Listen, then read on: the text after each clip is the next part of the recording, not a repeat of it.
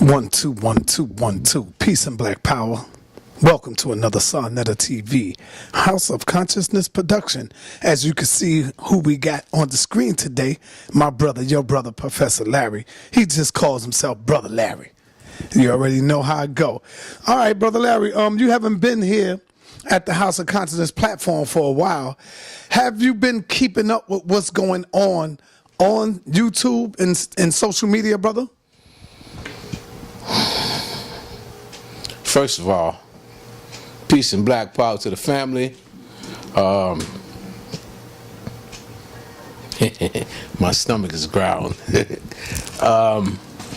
And peace to you, brother Sarnetta. And Peace. Thank you for welcoming me at the House of Consciousness once again. It's always my pleasure to come on your platform and talk to the brothers and sisters that's looking for a clearer way to understand a lot of the things that permeate the community. And one of the things that I want to say off the bat, right, is I'm not talking to the conscious community. I'm talking to the black community, right? Who are interested in some progressive thought and some constructive thought about the situation that we happen to find ourselves in. When we say or stipulate that this is for the quote-unquote conscious community, or we faction ourselves off, family, and we fall into the same game. And as we come out of the different layers of the game, you're supposed to achieve a more clearer understanding of the situation, right? So once you see yourself escaping one trap, only to find yourself caught up in another trap, you're not supposed to say, well, what the fuck? Everything is a trap. I might as well just get comfortable. You understand? And some of us are comfortable in the trap. Okay. So. Again. Now, y'all know I don't throw stones. Throw the stones, man. No, I don't throw stones. I fire missiles. Oh, okay. Let's get it. I don't throw stones, right? Here's the thing, right? I try to stay as close to the traditions of my ancestors as possible, right? They beat their drums and they tell the truth, right? And some people, they tell me I should mind my business or watch what I say, right? Sort of veil threats and shit, right? And like they could find me and shit. Like I'm hard to find, I think I'm pretty easy to find. I'm on 125th Street all the damn time, right? Mm-hmm. So now, my point is not that I'm a tough guy or anything. My point is that if I'm not telling the truth, why does it disturb people, right?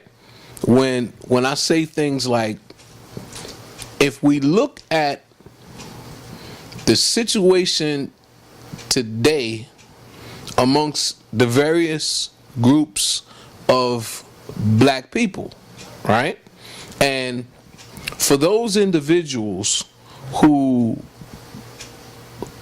say that, well, you shouldn't say black. Unasema Kiswahili. Mweusi. It's still black. It's just black in Swahili. You understand? Yes, sir. But can we wait till before we get to that? Well, wait. My point is that we speak English, right? So in speaking English, if you don't believe me, talk to some of them brothers that come from the continent of Africa that speak English, call them black, and see if they get mad at you. They're not going to get mad at you. They're going to understand you. It's just that simple. Now, they also have tribal identities, but at the same time, because they have had what we call white invaders or colonizers. All right, but I want to get there with you. Okay. But before that, I want to ask these questions real quick and just let you breeze right through there. When we speak to the youth, and I'm quite sure you probably even heard it, when they said, well, you know, the elders have failed us. The elders have dropped the ball. My brother Larry, you, yourself, would you say you have dropped the ball in terms of bringing information to the youth? Because a lot of the youth always try to, you know, they do the Willie Lynch stuff. Oh, he light skinned, or he's old, or that's an old man, or, you know, they dropped the ball. It's our time now. Because I'm quite sure you probably heard some young people say that. So do you feel that you, yourself, Brother Larry, have dropped the ball in terms of teaching our young people? Well, let me say this, right? You know, it's always been my position that I'm not a teacher, right? But for the sake of argument, right, I'm going to say there was a thief named Aristotle, right? And he got his hands on some shit out of the library and what became Alexandria, right? And one of the things that Aristotle is known for having said is that children today are not the same. They don't have any respect, right? Now, this is thousands of years ago, and why is that relevant? That's relevant because it's a generational divide. It's social evolution. It's the natural order that is supposed to take place between the younger and the older. They supposed to want to replace motherfuckers. Now, as it happens, right, we live in an artificially constructed environment, okay? Within this artificially constructed environment, they've developed ways of keeping motherfuckers alive longer. So old people stay in power long, right? And young people get denied. So that creates a imbalance in the natural order of shit. So you have craziness going on. Now, the old people can't tell you how to replace them because where they gonna go? In this artificially constructed environment that keeps their ass alive. To the nursing home? I'm just saying, right? Just look at who's in power. It's old ass people in power. And then they groom special ones to, you know, maintain that power. Some people going to say you're not answering the question. I'm saying, no, hold on. Let me say it again. Drop the ball. Right. Do you think you, as an elder to the youth out there, somehow dropped the ball? So I don't think I'm an elder, right? First of all, let me show you what I'm talking about, right? Look at the congressman who's caught up in the quote-unquote white scandal right now, right? I'm not going to say his name. Y'all know who I'm talking about, right? Now, he old as fuck. Old as fuck. And he's clinging on to power. Why? Because the longer you stay there, the more power you accumulate, right? And the more power you accumulate, the better you can do for your constituency. Now, that's a power game. Because we don't really play team politics, like I tell you all the time, we don't really get into it. We talking about our vote don't count, it don't matter, it's all rigged. Because we ain't in the game. It's rigged against us. If we was in the game, we would be rigging shit for us too. Because we would be in the game. Now, what I'm saying to you is that when you think of elders, think of him, right?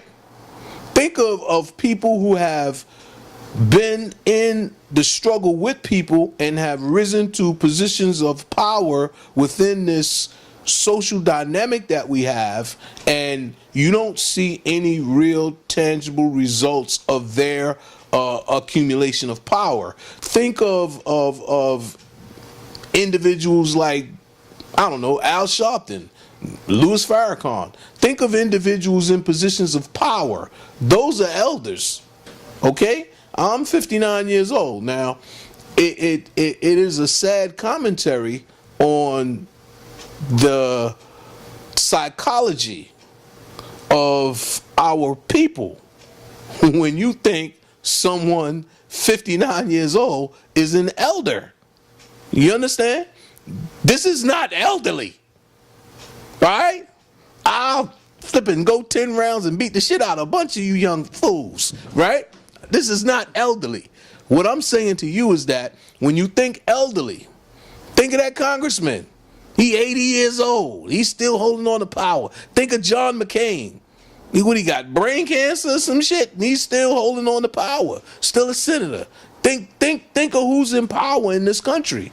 Even that buffoon, Donald Trump, he's an old ass dude. What I'm saying to you is that when you think the elders have let you down, what you have to understand is what were those elders up against in the society. Okay? If you're here, if you are alive right now, if you are healthy right now, it's because of those elders, right? And the little way that they were able to make in this society to get your ass here. Because there are places where the people no longer exist. I would say their elders let them down. You know that. Talking about Christianity in Black America, right, is less deleterious to black people than Christianity in Nigeria. Christians in Nigeria kill Muslims 150 a clip. Muslims in Nigeria kill Christians 150 a clip. They go to war, right? Black people in America sing. They make gospel music. They have a gospel industry. It's a fucking business, all right? Now, we trip out over that shit because, look, I'm going to take the heat for this shit, but I really think this needs to be said, right? There are levels of people in our community, and there are levels of people who communicate on social media. There are a lot of people who are not only misguided, who post and make commentary, right? But there are some people who are deliberately misguiding when they post on social media. Like the Russians got fucking white people dumbfounded. Why wouldn't you think that they would be fucking with black people too? You understand? Look, we are a sizable part of this population, and even though we don't actually control the amount of money that we produce a lot of money that goes into this market because we spend a lot of money in this market, right? So you have to figure, what are we dealing with, people? What have we always been dealing with, people? What has never changed? The goddamn dynamics have never changed. We dealing with pirates. We dealing with criminals. They got a market. They brought us to this shit to exploit us, right? Why would you think they would ever stop thinking of ways to do it? Why would they? Why? I mean, if it works, if you fishing in a gold pond or you fishing in a goldfish bowl and the goldfish keep biting the hook, are you going to look for a river to fish in? You're going back to the goldfish bowl. Black people in America are a goldfish bowl. We are trapped in a market. We ain't got no ports, no boats, no manufacturing. We don't control no land base. We don't control no politics in our community. We don't decide who live amongst us. This is how they diffuse our power. They bring black people from all over the world who have, I mean, get mad at me if you want to, gratitude issues towards the United States, not towards us. They're not grateful for us for being here. Although our presence here makes their presence possible. The Nation of Islam has the power to free the hearts and minds of our people. Do you think the Nation of Islam is misleading our people today? Well, that's a boxed in question. You see, the Nation of Islam is the black version of Sunni versus Shia, right? The one being the Christians, the other one being the Muslims. Only it ain't Muslim and Muslim. In this case, is Christian and Muslim, right? The Nation of Islam is militant Christians, right? You ever listen to Farrakhan? Farrakhan's a plantation preacher, man. That's just Why do you say that? because that's what plantation preachers do. They talk that shit he talk. It's the same shit. You ever been to church? Of course. Well, you don't hear the same shit? What's the difference? Well, The I difference is hear what? more of a militant Listen. speech that's coming from him. Don't be fooled. You ever heard Jeremiah Wright? Yes. Well, what's the difference? What I'm saying to you, brother, is that, look, I think it's high time that our people act like adults. Now, it's all well and good to be a good Christian and be a good Muslim, be a good Buddhist, and be a good whatever. But at the end of the day,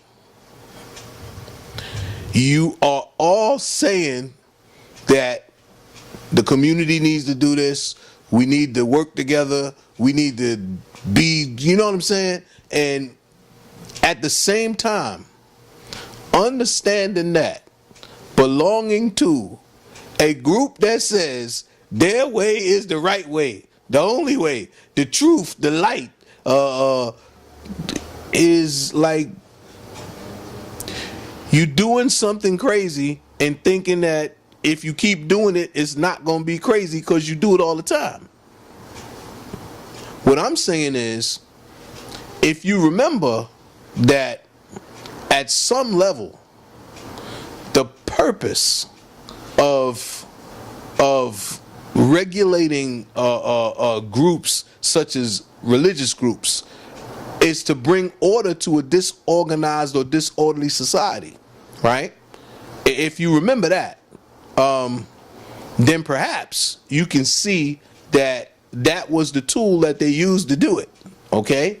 And perhaps in a more enlightened age such as this one, where we can communicate our ideas over vast amounts of territory via the internet, we can impress upon each other that I don't have to believe that there's an invisible man watching me in order for me to behave myself. That I can behave myself because me, as a sentient human being, decides to do so. And if I'm not behaving properly, it's because I'm deciding to do so. There's no invisible force controlling me. There's no devil that's inhabiting my body. I'm just being an asshole. When you look at our people today, Christianity, Islam, Judaism, Hebrew, Chemetics, do you think this is an all distraction? Which one is the way? Voodoo man. The voodoo. Which one is the way? Which one has the true light? Would you say they all have information that we can use? Or would you just say these are all distractions from the real truth where we need to be at? Okay. What's that? And remember, I included Kemet, I'm Hebrew, hearing what- Islam, all of us are fighting each other. I hear what you're saying. Hold on. All of us are fighting each other saying who has the true information. Are we being distracted by all of this? Okay. Realism-ism. Oh, I forgot. Morals. I got to include morals in this. Realism-ism, right? Family. As adults, as, like I said, I'm 59, right? As adults, do you know of anything at all, that doesn't exist in nature that isn't man-made? Anything. Can you think of anything that doesn't exist in nature that isn't naturally occurring? Like water, and trees, and rocks and shit. Can you think of anything that isn't man-made? Oh, I got you. I see what you're saying. You understand? Mm-hmm. Everything that ain't natural is man-made that shit. Philosophy, religion, karate. No, I'm saying all the kind of karate. They got some fancy ass shit. Man made that shit up. Now, the one thing that I have to stress for people, and this is like so obvious that people should know this, but you would be surprised at the people who don't really realize this.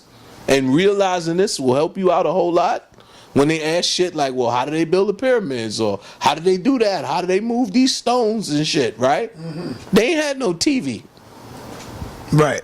You understand? Right. Now, just that statement is like simplistically profound. Because if you consider the amount of time that people spend watching television, look at the amount of money that people are paid to make television programming. Millions and millions of dollars to make a movie. One movie. Millions of dollars an episode for a TV show. Why do you think that they pay these people millions of dollars for an episode to act in a situation comedy? Why? Because, well, that was rhetorical because I'm about to answer it, right? The point is that the business is so successful at distracting your ass, right, for what the fuck is going on, right, and to engaging you and to get you to market and to purchase the things they want you to purchase. The shit is so powerful that it's real expensive to rent time to plug into your minds via television commercial. When they know it's millions and millions of people watching, they're given access to millions and millions of minds with their subliminal information. Now, people say, but I'm aware of it, so it doesn't affect me. Really? So what do we as a people need to be listening to correct our plight here in America? Brother, what I'm going to say to you, right, is first of all, there is no one individual who has any one answer that is going to affect or fix the problems of black people in the United States, because there is no one group of black people in the United States. Right? Off top, understand that we were never in the same place at the same time. This place expanded. Okay? We're in New York. This place used to be Dutch. Now it became English and now American. But part of this place was French and part was Spanish. Okay? All of them places now, you have native people there. All of these places, you have mixed people there. Right? All of these places, some of these places they mix with some kind of people, and some places mix with different kind of people. Different kind of native people. We've never been in the same place at the same time, and the same thing didn't happen to all of us. When in 1865, so-called slavery was ended in the South, the Civil War was ended, the white fighting stopped. Not all the black people in America were enslaved in the South at that time. It was black people all over the North. Remember, you had people escaping from slavery and escaping to the North to be in black communities in the North. You understand? If they were escaping to the North to be with black communities, I mean, it couldn't have been no black communities enslaved in the North at that time. You understand? So different things were happening at different times. So again, different things need to be done at this time, right? But the one thing that we all need to be doing is being serious about really giving a damn. You understand? Because a lot of us pay lip service to shit. We talk about shit, but we don't really give a damn. Not one damn. And I mean, it's funny because I have people asking me about what do I think about the situation in Libya, right? And you know me, Brother Sonnet, I've been yelling about that shit for years, right? About enslavement of black people in Africa and Muslim countries. I've been yelling about that shit for years, right? So for people to now see a CNN report or some shit, and because they can see a news report about it, and I'm saying, look, Islamic slavery still occurs in Africa. Everywhere there's Islam in Africa was slavery. And people want to say that I hate Muslims. No, I kind of hate slavery. You understand? If they wasn't fucking with black people, I would be like, Salam alaikum. Know what I'm saying? People salam alaikum me all the time. I don't salam alaikum them back. They salam alaikum me, I say peace. They insist, I say peace. You speak Arabic, I speak English. You understand? Now, you have to understand that people try to use cultural imperialism on you. They try to impose their culture on you. You understand? You have to understand that this is psychological. There's psychological domination at work. When you have people who adopt foreign cultures and customs, right? And then persecute people of their own culture and custom for not conforming to what they've adopted. There's psychology at work. There's cultural imperialism at work. Now, if I have any beef with Islam, it would be the understanding that people derive from it when they say things like Muslim names. Say that again. There's no such thing as a Muslim name. There's Arabic names. There's no such thing as a Christian name. English name, German name, French name. They're not Christian names. You understand? This is just psychological manipulation of your thought process. all right. I want you to listen to this one here. Here we go. With all of the hell that we have caught in the hands of Europeans through slavery, 300 to 400 years, raping, torture, mutilated, burned at the stake, rents is too high, rents go down, they do their best to give us poor education. Do you see the Caucasian man, the devil? Do you see him as the devil? I already know where you're going. I got to ask this question. Okay, look, that's a religious concept. I'm not religious, right? You have to understand that if you trap yourself in a paradigm, right, and you see things in God is good and the devil is bad, okay, then you're going to see, oh shit, we're good and white people are bad. You're going to use that paradigm. What I'm saying to you is that don't think I don't understand you, right?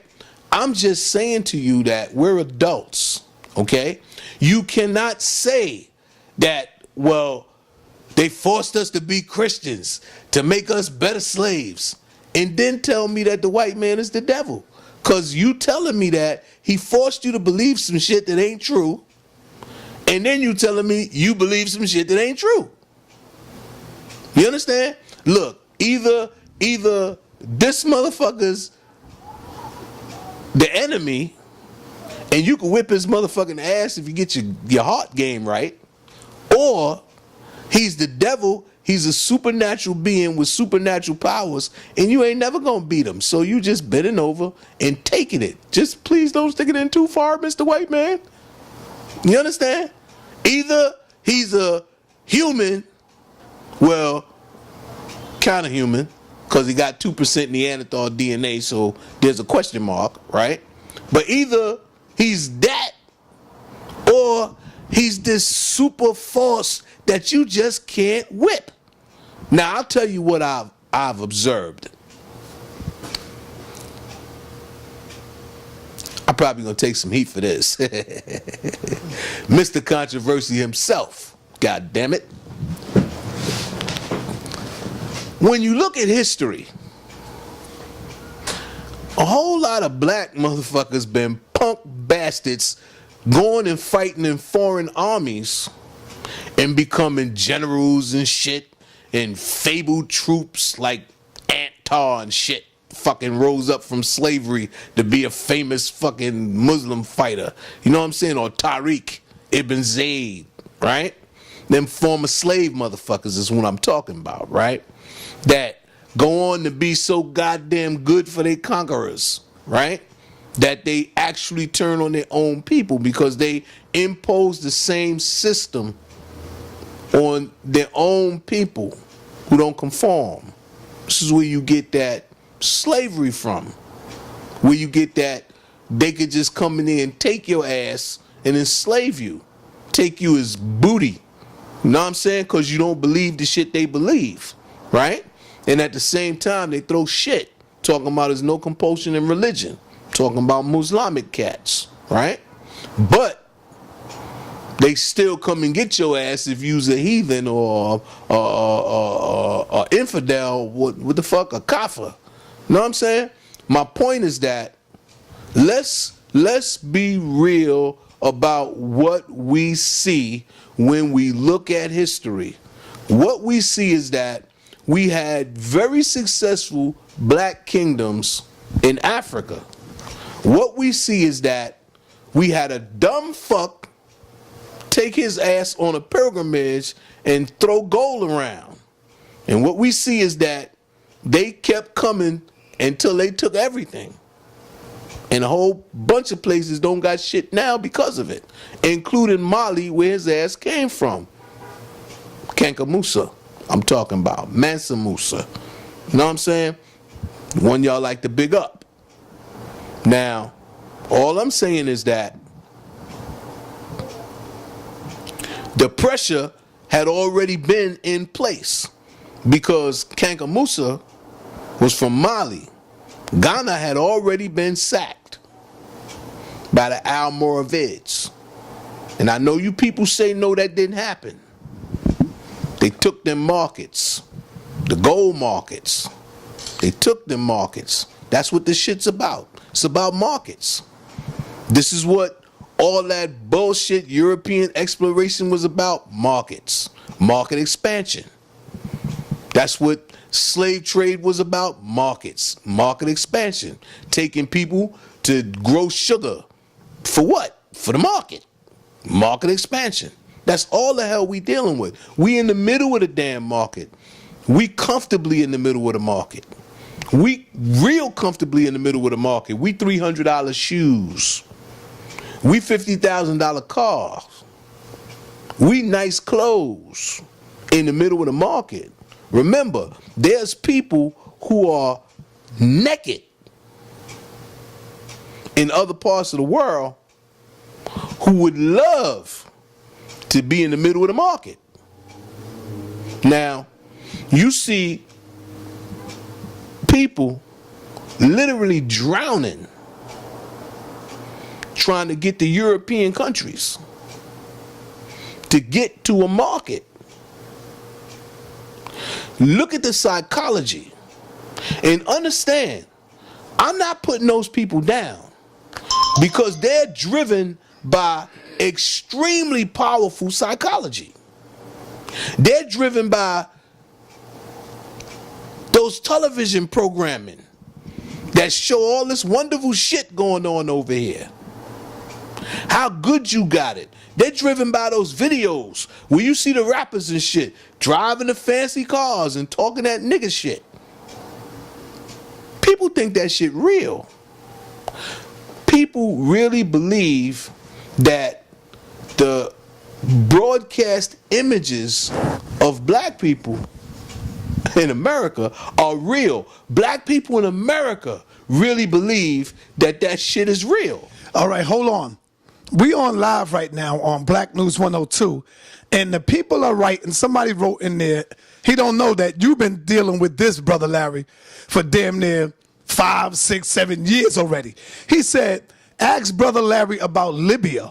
Why are the Africans over there selling each other over there for trade, killing, brutalizing them? We already dealt with that, but if you want, because I just turned it on, go over that again, Brother Larry. Let them know you've been dealing with this for a long time already. Here's what I'm going to say, right?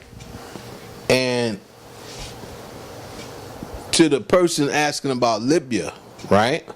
Do you know about Libya? Because in Kemetic, Egypt, they was fighting Libya, brother. There's always been hostility in Libya. Because there has been a Arabization of Libya and a Muslimization of Libya doesn't change the dynamics of the power in Libya that Gaddafi also played up to, right? He brought in Tuareg people, or Tuaregs, right? Which are the black Berbers, right? And he used them as soldiers against those Arab Berbers and Arab people. And when they jacked Gaddafi ass, they flipped on them Berbers and they ran their ass up out of there, right? There's plenty of videos with a bunch of Tuareg people fleeing Libya, and they took a bunch of weapons with them and they destabilized Mali. That's how you had the conflict in Mali, right? Where you had them take the northern part of Mali and declare that shit to be Azawad. They saying that that's their country. They don't want to be a part of the Black South. This issue is what I deal with when I post and say no more lies, because people think that these people were Moors, right? They confuse these Tuareg or Tuareg people, right? Because they were Islamicized too, right? And they're Berbers, right? They're the ones with the head wrapped up in the turbans and shit, right? And because they're brown, remember, these people was taking black women as slaves, right? And in fact, the city of Timbuktu itself began as the well of a slave woman that they used to stop at, okay? They run them damn caravans. And that's how the city began. And it was always a huge slave market in Timbuktu. Our people, they like to myopically focus on singular issues, like there was a library in Timbuktu, or Mansa Musa was in Timbuktu, or they built a great mosque, the Sankore Mosque in Timbuktu. They had a huge fucking slave market in Timbuktu too. That's what I'm focusing on, right? And the thing that you have to understand about Muslimic dominance in Africa is that the natural culture in what we call African society is what Islam suppressed. You know, the drums, the dancing. Don't like that at all. So you had people that rejected that and fled from that. And they targeted those people and enslaved them. Just like they had plantation slavery in the South, in the U.S., they had that shit in Africa too. You understand? Only it was Muslim controlled, Muslimically controlled. And we today would call those Muslimic people who was doing it, we would say that they were black. What I'm saying to you is that we're using relativistic terminology. It does not apply retroactively. They were not black. To get your information, how do you get your information, brother? Well, because people have been accusing you of not reading books, of not quoting, of not showing where you get your sources from. Look. Here's the thing. Here's the thing that I love, right? Here's the thing that I love. Remember, we're in an orchestrated system, right? What makes you think that the methodology that you see individuals employ, whereby which they present themselves and books and notes and papers with underlined paragraphs and say, look what I'm quoting, this is the authority, this is the primary source. What makes you think those people are telling the truth? Because they're showing you this shit in a book? Or they're writing it, they're underlining it, or because they're saying that this is a primary source document that they're quoting? What is a primary source document? The opinion of someone from 1,000 years ago? Herodotus is often cited as a primary source, right? He's a writer, a traveler. What I'm saying to you is that when are we going to reach the point when we have adult conversations, right? And if you think that something that I'm saying is incorrect, get up off your ass, take your ass to the library and prove me wrong. But don't expect me to do that for you. I'm the source of what I say. I don't have to quote other people. I'm 59 years old. What I've learned in my life, right, allowed my brain to function.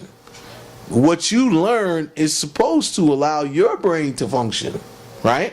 If your brain functions, then you know how to check information, how to cross-reference information, how to verify information. But I'm not saying anything that needs verification. If common sense needs verification, then you're already the fish. If y'all know how to turn up the sound on the cell phone, then let me know. Brother Larry, earlier you was getting into something, and I think it was very interesting. Yeah, you was talking about what I was talking about now. I'm going to tell you. I'm going to refresh your memory. You was talking about black. And because we say it in English, like the Moors get all upset and talk about we ain't black, but you started saying it in the African language. Can you go in a little bit more on that, brother? Now, what I'm saying is this, right? If you speak English, you say black. If you speak Kiswahili, right? Black in Kiswahili. You might know some people and their name is actually black, but it's in Kiswahili, right? It's Mweusi. That's for a person. Mweusi is for a person. That means black, right? You could say Mwafrikamtu, right?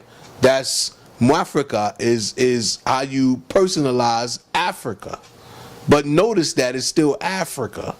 They're just taking the word and how you would anglicize something, they're Kiswahilianizing it. It's being brought into the language. There's a bunch of words that's brought into Kiswahili. But my point is that you have to understand the psychology of the power dynamic in order to understand the language. In South Africa, okay, there's no problem saying black.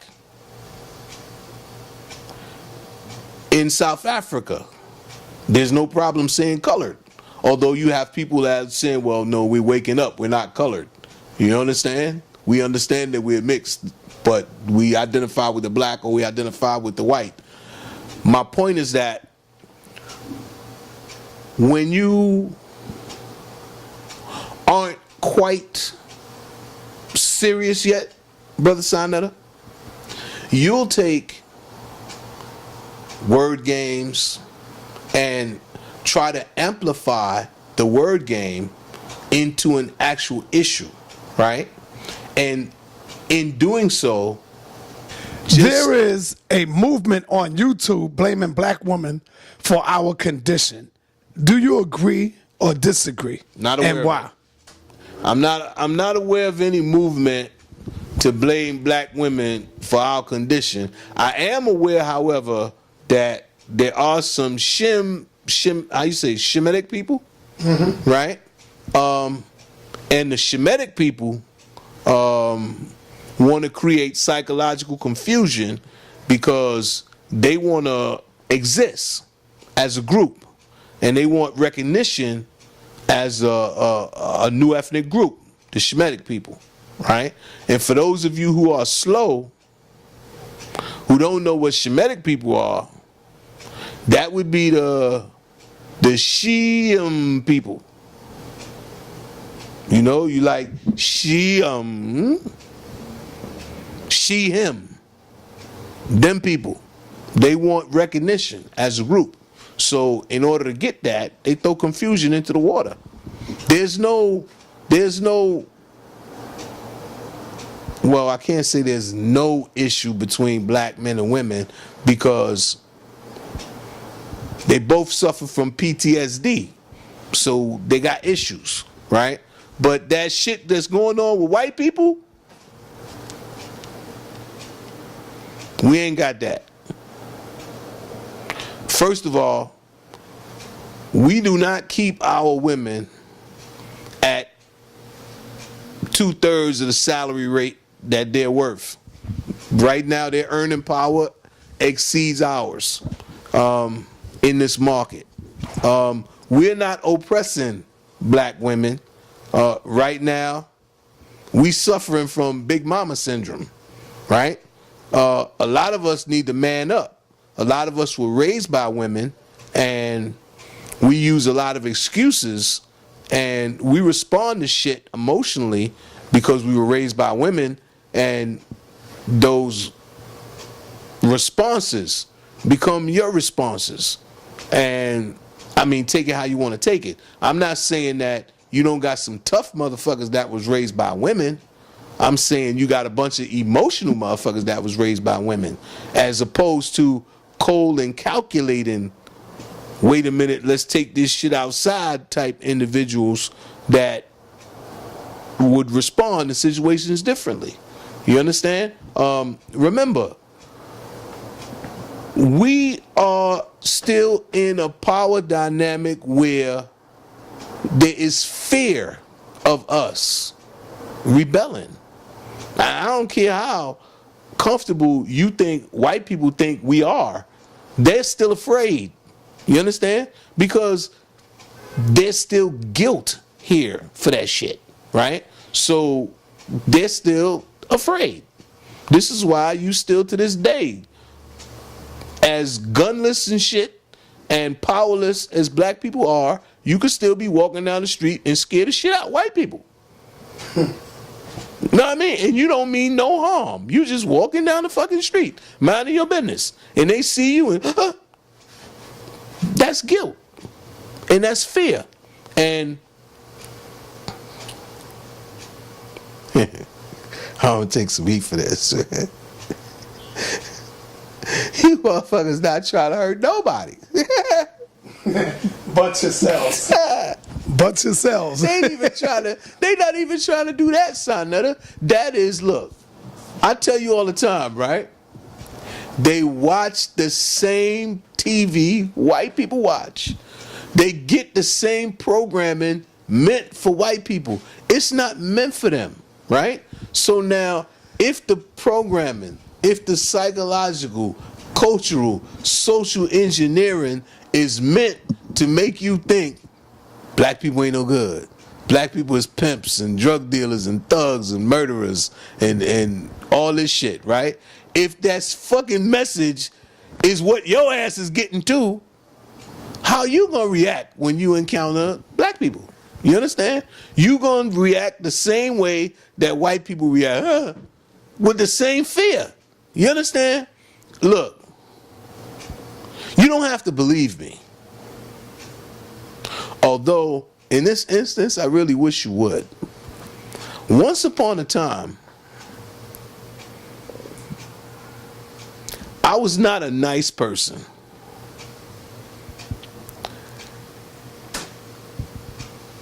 That's not the right way to say that.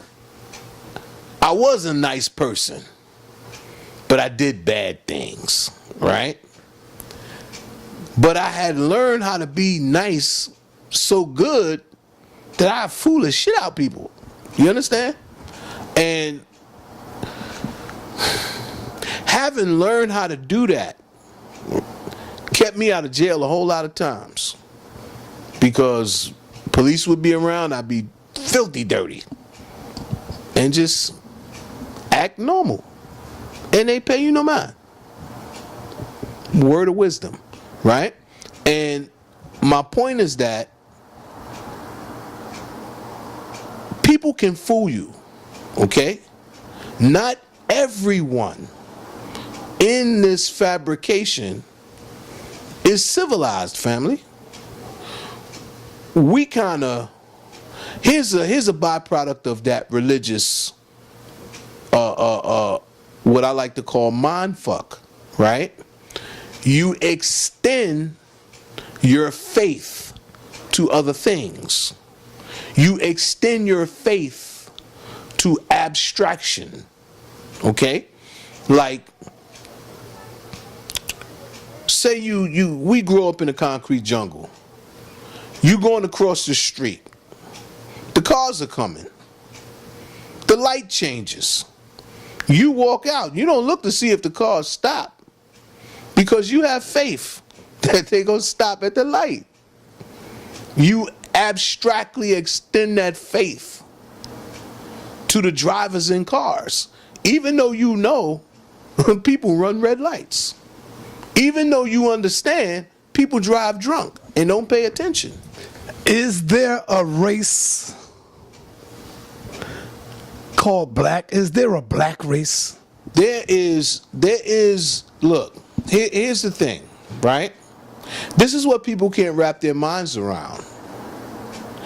We are inside of an artificially constructed environment. Everything in this bitch is fake. What part of that don't y'all understand, right? The terminology, the language is made up. It evolved over time, right? Look, there is no such thing as race. That's a concept that we employ. There's no such thing as race. That's a concept. It's not real. So when you say is there a black race? Is there a white race? We live in a fabrication, right? We understand to whom we are referring when we use this terminology. We don't have to, once again, get tied down in the triviality of, well, you know, we're not actually black, right? Didn't I post a picture of me and brother Harika from the Sudan? And people was talking about, damn, brother Larry, you look kind of light next to him, right? There are people, right, that if you see them, you would say they're black, right? And then you get closer and you see that they're rich brown. What I'm saying to you is that we don't get bogged down on trivialities and nonsensical issues and issues that really go nowhere. Okay? Within this fabrication, we know what black means and we know to whom we're speaking when we say it, right? And we know what white means and we know who we're talking about when we say it. If you don't believe me, snatch the hood off a Ku Klux Klan and tell me which word is going to jump out your mouth, white or black. You understand? Now, if you snatch the hood off a Ku Klux Klan and you say black, and I see a white man, I'm subject to slap the shit out of you and let the Klan go. Because he keeping it real. He's a goddamn Ku Klux Klan. That's what he's supposed to be under that hood, a white man. You understand? And I'm supposed to be snatching the hood off his motherfucking head and trying to string his ass up. Because he the enemy. Now, the dynamic is simple. Enemy, white. Not enemy, black. Now, all y'all are doing is trying to replace black with another word. More. Israelite. Y'all are trying to use another word to say the same shit, to keep the same dynamic in place. Look, I'm not opposed.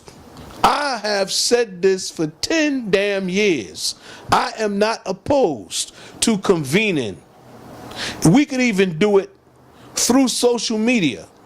But this is something that we all have to agree on, and we all have to subscribe to, and we all have to be serious about, and we all have to concur, because it is something that will change the course of our future history. If we decide on one name for our people moving forward. We have yet to convene that conference. It has yet to be done. It is a necessary step in self-determination. It is a necessary step in nationalization. You can't be a nation without a name. To declare yourself a Moor and say that you're a Moorish nation, that's not real. There's no nation called Moor nowhere on this planet. You got Mauritania where they enslaved black people. Know about those Moors. You understand? Now, what I'm saying is that since this is yet to be done, and because it has not been done, right? You have the market responsible for disseminating an identity for us that is accepted in more places than MasterCard or Visa. And that is nigga. Nigga is accepted in more places than American Express. All over Africa, all over America, all over the Caribbean, all over Latin America, all over Europe. They know niggas. Niggas in Paris, niggas in whatever. You understand? Now, that is courtesy of the market. And I told y'all before on numerous occasions, they profit from that. Money is still being made from that. Investments are being realized from that. Residual payments are being realized from that. From nigga. From nigga.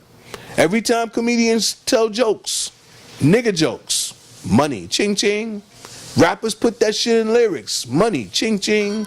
Actors put it in scenes, money, ching ching.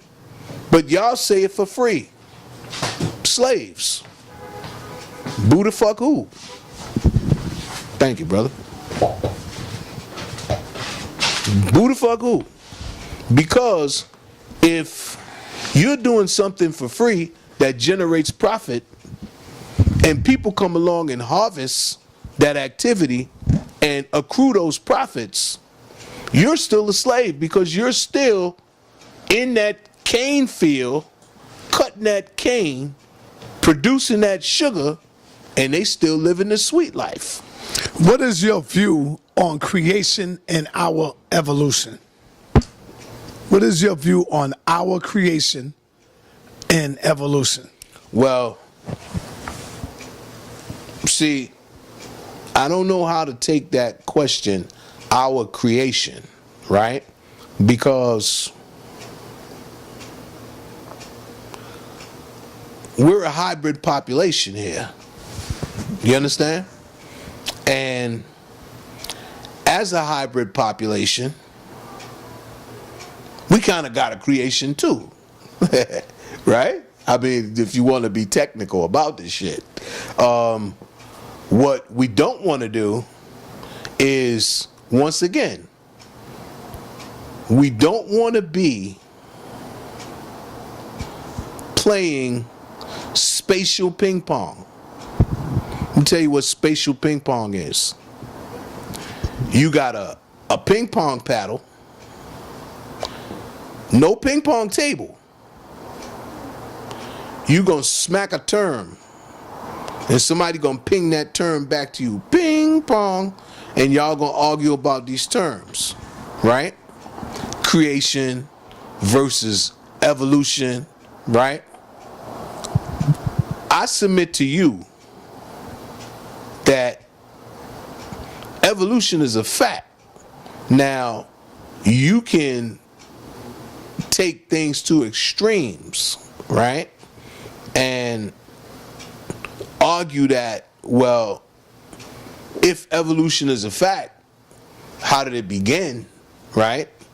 And we can dally back and forth ad infinitum. It isn't going to change the point of discovery that you're actually taking a best guess at what the fuck happened, right? And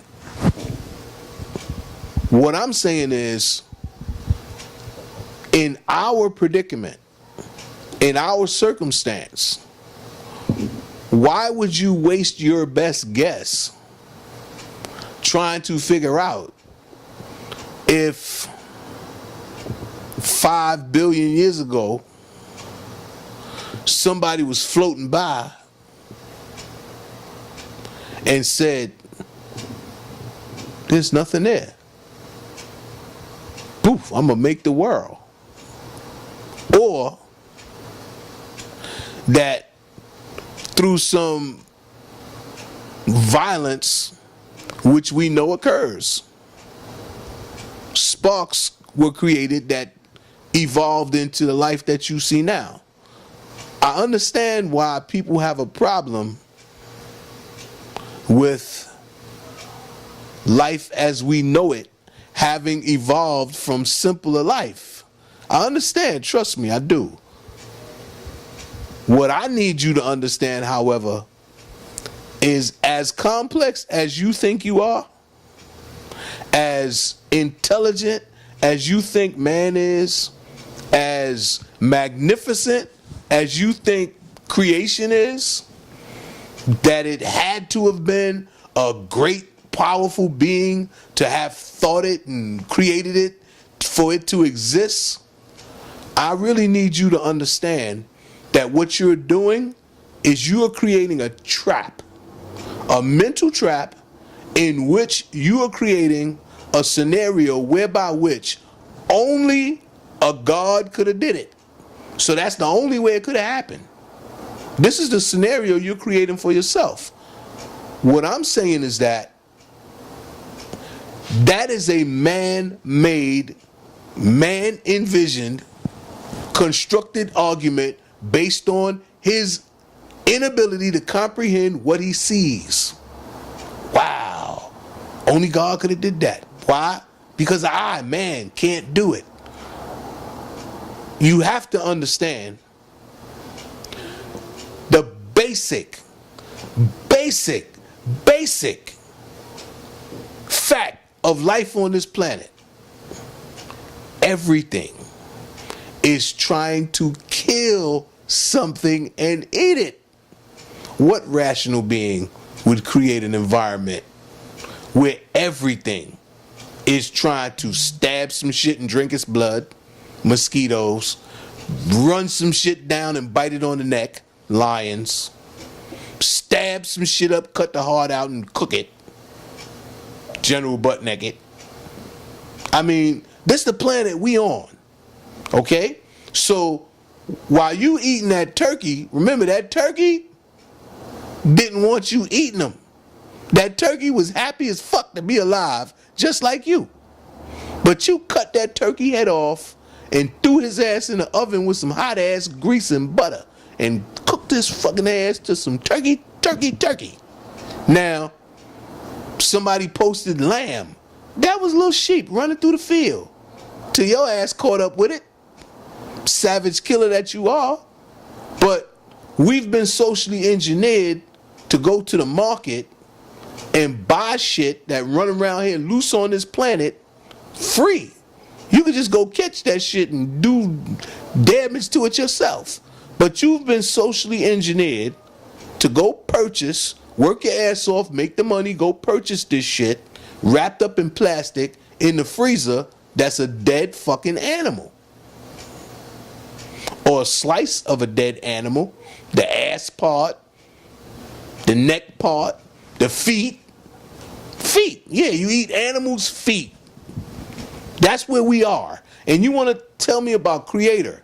So you think that there's some being that's worthy of worship that made a planet and filled it with fish. They got fish that will eat the bones off your ass.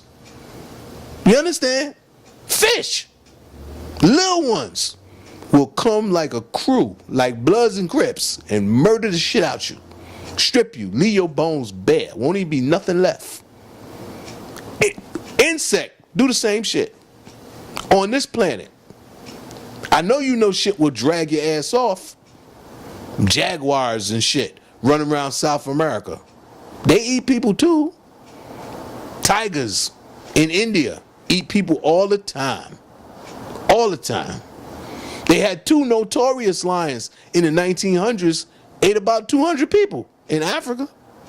They made a movie about those lions, called them the Two Brothers. What I'm saying to you is that we live on a planet full of killers. It's not a cliche that I say that. I'm just telling the truth. The reason I call it realism-ism is because it is real-ism. Realism is the truth with no bullshit in it. The only ism is real. Now, the problem people have with me is because I'm not acting, family. So I'm not coming on camera with books and texts to present a show to you. I already told you, liars have to do that. They have to be good at presenting lines and facts and shit to make you accept what they're saying. I don't want you to accept what I'm saying. I want you to think for your goddamn self. I want you to engage your mind. What I want you to do is the tool that you have as a Homo sapien sapien, the thing that separates you from the chimpanzee, is your ability to use your mind over situational matters. Now, if you cannot use your thought process and understand and discern and comprehend that what I'm saying is real and you'd rather stick with the fantasy, listen. What do they say? Ignorance is bliss. I'm not mad at you. They showed you in the movie The Matrix. Some people don't want to unplug. Some people don't want to know that it's fake steak.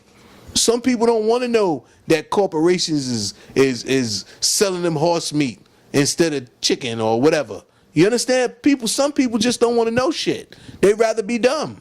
And I understand, because knowledge is in one sense is liberating, but in the same sense is depressing.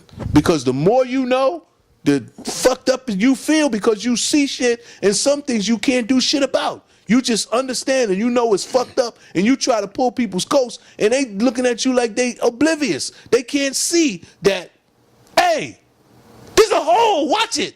And they keep walking and fall down that shit. Okay, brother. Going back to Libya real quick. Going back to Libya. Are the Africans who are being sold as slaves in Libya Muslims? Some of them, right? Here's the thing. Some of them are Christians, right? What you have is, remember, where are the Africans coming from? Like, where they coming from? They coming from a lot of places. But what you have to remember is this, right? They coming from Nigeria. They come from Niger.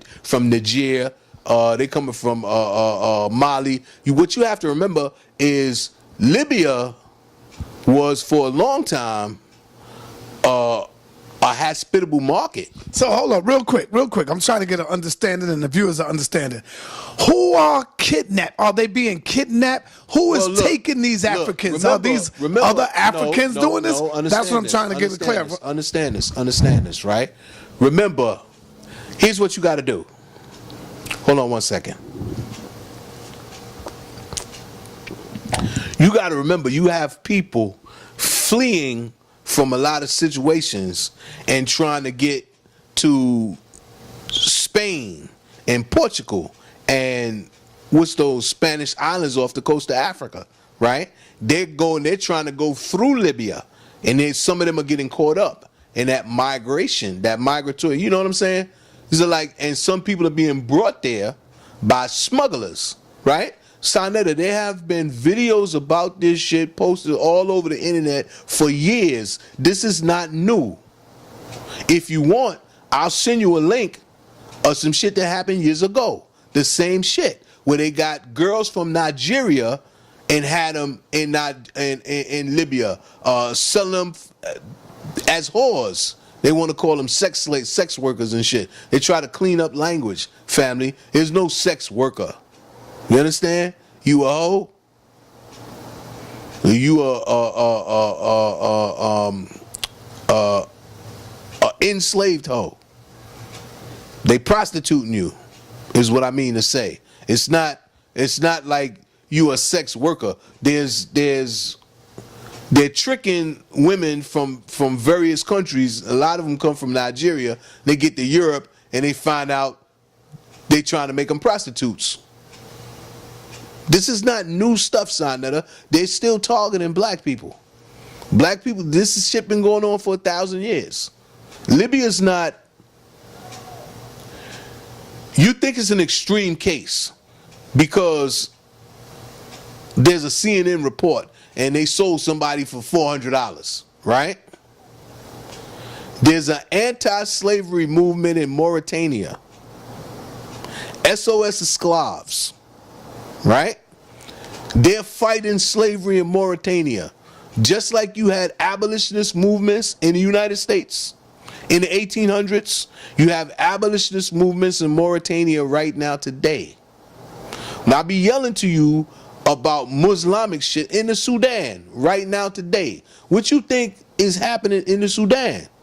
Why you think there's a South Sudan now? Why you think the shit in Darfur? What you think that was about? They were selling black people, enslaving them. It's the same shit. It's not new. They don't stop. Tunisia the same way.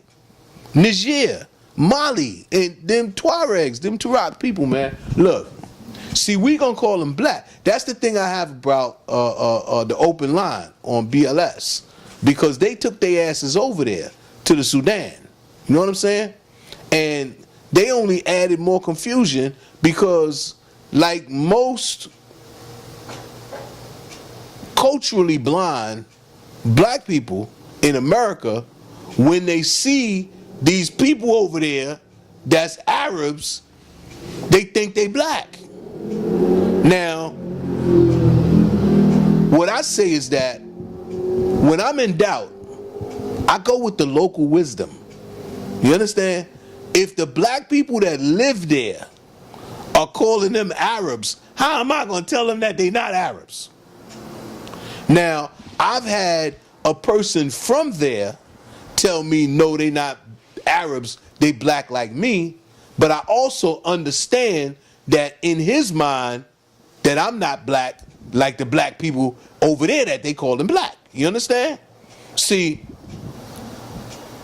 you gotta hear the layers and shit that people say to you, because people make distinctions that we don't make, Sonetta. When we say black, we include Elijah Muhammad and we include Khalid Muhammad. You understand? Now, there's places in Africa, they don't do that.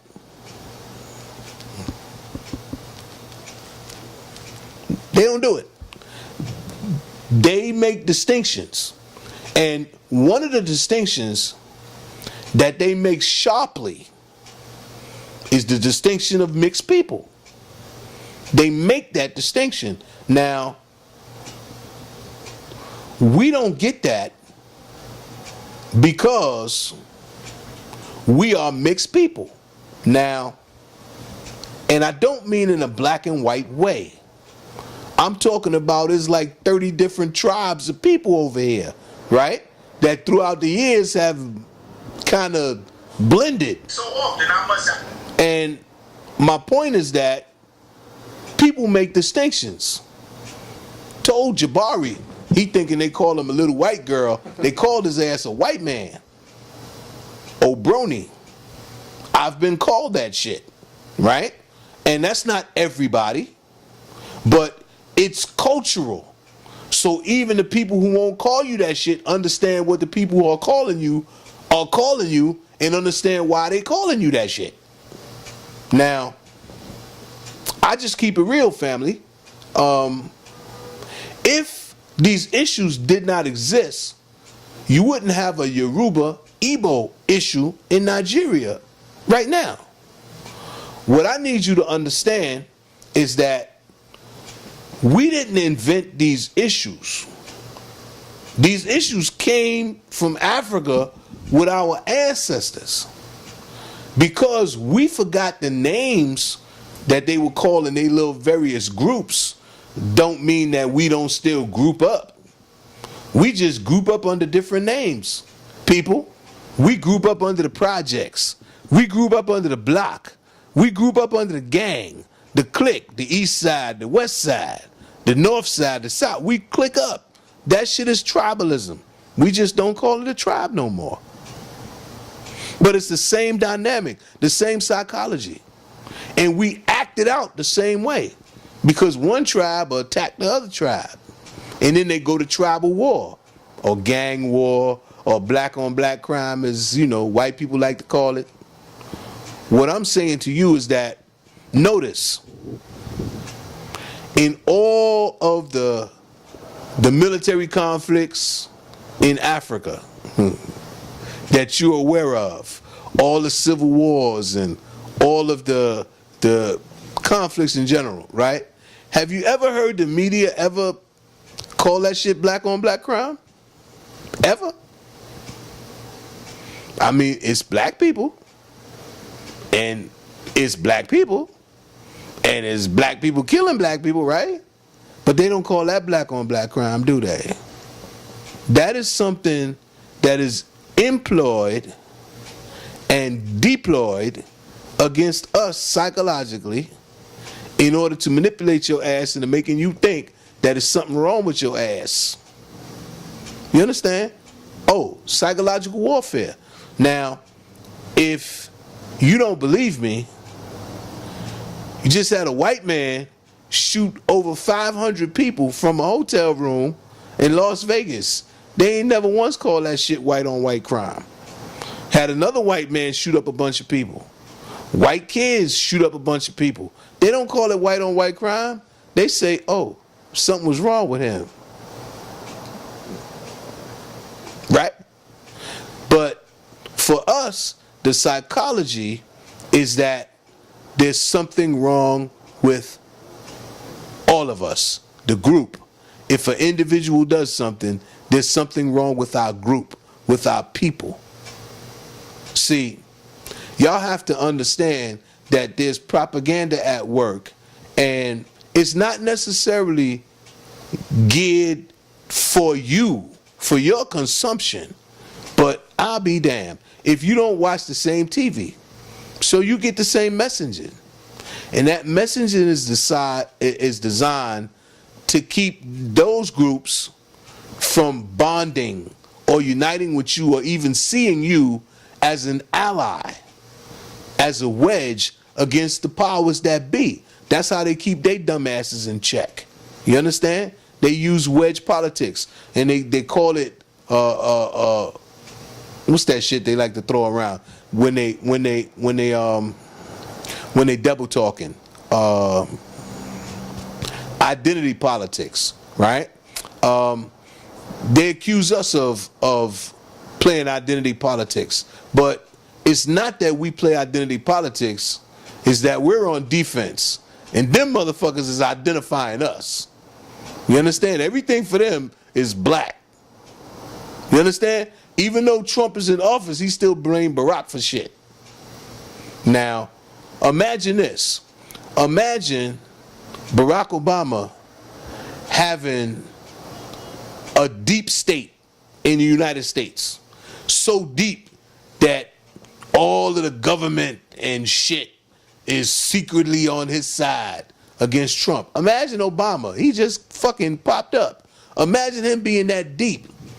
On the other hand, imagine white folks being that deep. Because they've been in power in this bitch for a couple of 100 years. They had time to be that deep. They had time to plant shit. They had time to put their operatives in positions where they working with 10 years and shit, or lifetime appointments, right? So now, what I'm saying to you is that we seeing a fight play out, and there's a lot of misdirection, and we're being pointed at. You know, they say that black identity, black extremist shit. Y'all already know I'm a black extremist. I'm a proud black extremist. I don't give a fuck, right? But they're pointing at us saying, look at them black extremists. They're potential threats, potential terrorists, right? That's the same dynamic I was telling you about when they're nervous, family, because there's a lot of us, and they still guilty about the shit they did, and they think we want revenge. That's all that is, right? And if you see it any other way, you watching the wrong film. This film is black and white. No matter how much colorization they put into the shit, it's still a black and white movie in America. We're still the black ones, and they're still the white ones, and they're trying to direct this movie so that it has the outcome that they want it to have. Now, we kind of in the audience, right? And we're offering up suggestions on how the movie should end, instead of taking an active, actual part in the production of the damn movie so that we could see the outcome that we want to see. We want to act as critics, and thinking that the critic has the power, thinking that just because we criticize it, the market is going to adjust. No, let's say this and let's keep this real, right? I have no idea what Moores is doing, right? I'm not concerned with that. I'm only responding to outrageous falsehoods that's being leveled. I asked him a question, but he was running late for the flight to leave. But my point is that the only thing I need people to understand is there are ethnic groups on the continent of Africa, right? And the only reason I always use Nigeria as an example is because Nigeria is an extreme case. There's like 250 different ethnic groups in Nigeria, right? Brother Sanetta. Mm-hmm. When, for example, right? And people, again, don't believe me. Hear what I'm saying and then go do your own research. You understand? That's how you're supposed to learn. That's how you're supposed to take information and research it so that you verify the information. That's what you're supposed to do.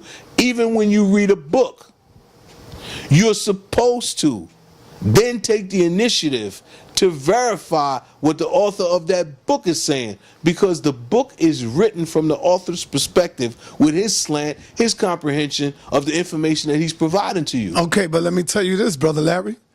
You got more snipers out there, like Taharka Bay, Lord Abba. They ride or die for Prophet Noble Drew Ali. It has nothing to, so when they hear you going in, listen, on the Moors, I don't care about that. What I'm saying to you is this, right? First of all, when is the last time you heard me say Noble Drew Ali? No, I don't hear you say that. You deal with the Moors, the real Moors. Now, the historical Moors. Now, because you have guys who hear me talking about Moors and want to get in my conversation and claim that they are Moors, right? And claim that we are Moors. This is where this comes from. We are not Moors, and they're not Moors. They're Moors with slave soldiers. Slave soldiers. Some of them got rewarded. So how is they getting this stuff confused though? Because look, it's the funniest shit, right? And I got nothing but love for my brothers, right? It's a comprehension problem, right? Because you have Europeans refer to this group of people at one point in time in history as Moors, right? Now, fast forward to a movement going on in North America, right? An individual, Timothy Drew, uses the term Moors, right? Now, they're going to equate themselves with those historical persons. What I'm saying to you is that there is no link between this group here and that group back then there, right? Now, we know how that group back then there came about because they weren't always Moors. Look, once upon a time, we did a video and you asked me, was Hannibal a Moor, right? And I told you, well, no, Hannibal wasn't a Moor. Hannibal was a Phoenician, right? Mm-hmm. And I also told you that he was defeated by a group called Numidians, right? That lived in the area at the time, right? And now, you would call those people Moors, but they were Berbers. But they aren't Moors. They didn't call them Moors back then. Back then, they were called Numidians, right? Dude named Massinissa. When they beat Hannibal, 202 BC, right? So they had a kingdom from till 46 BC, right? But my point is that depending on the historical source that you're referencing, that you're referring to, these group of people are going to be referred to by this name. You're going to know them historically by this name. Depending on what country you're in, they're going to be known by this name, right? Now, when you come up into the Islamic era, right? Remember, you had a collaboration occur between Western scholars and Eastern scholars, right? So there's a lot of information that was being interchanged, right? So you got to figure, what would be the Arabic equivalent of Moor? Because remember, the Europeans they don't speak Arabic. They don't speak the language that the people that came to conquer them speak. Spain was in the hands of Germans. So I ask you, Visigoths. why is it so easy for us to get this wrong in the hands of some intelligent people? You got to admit, do you see Taj Teray Bey as an intelligent brother? Listen, I don't think any of Taharka Bey, an intelligent brother. Lord Abba, but very intelligent, smart. But look, how can they get this part of history wrong, it's not brother? About, see, here again. It's not about being smart. It's not about being intelligent, right? It's about logic, okay? If you start in the wrong place, it's only going to take you to the wrong place. If you start with the premise that those people are you, I got you. you understand? I got Your you now. logic is only going to bring you back to you. Now, if you don't start from the wrong place, then you'll be able to disassociate yourself from the information and understand it in the context in which it should be understood. Historical. So where should they start? Look, if you're looking at, quote unquote, what's sometimes called Moorish Spain, or sometimes called Islamic Spain, or sometimes called Al-Andalus or Andalusia, right? If you look at that, what you're going to look and what you're going to see is virtually the same phenomenon that you saw with ISIS. You're going to see Muslims that came from all over fighting as a group. And the people who they were fighting against seen their ass as one army, the Moors. But it wasn't one group of people. You understand? Now, how do I know that? Where they start from, right? They started from North Africa. How they started, had a dude come in. He was brought to teach Islam to Berbers, and they ran his ass from out of their Berber town. And he went closer to Mauritania's Senegal border and founded a movement. That was the beginning of your Almoravids. Those who joined them, you had all kind of people that joined them. But remember, this dude is running. He teaching strict Islam. He on some regimental cavalry shit. They came up out that motherfucker soldiers. Brother Sinetta, look at the time period we talking about, right? This is the 10th and 11th century. What is going on in the world in the 10th and 11th century?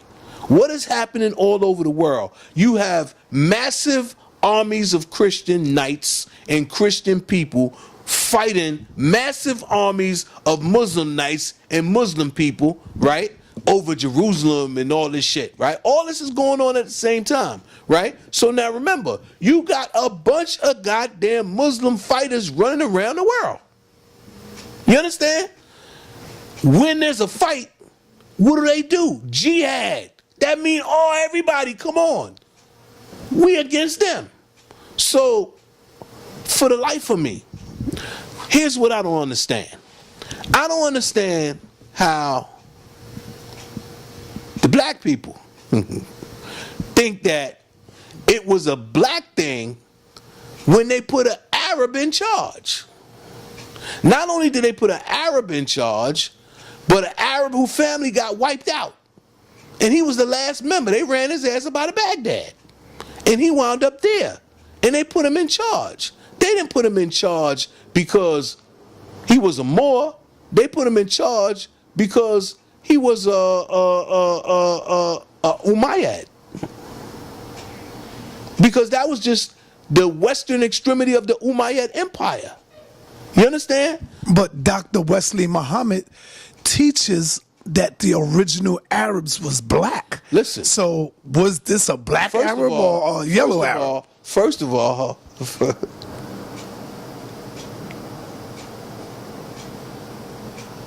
and another I'm not thing, gonna do it. And another thing that's not gonna do crazy it. is that the history that you just ran down, what's scary is that the Moors know that history. The brothers know that history. So when you say it depends on where you start at, they know that history. And they still saying that they are Moors. But they know that it came in. Listen, here's where the confusion comes in at, right? Look.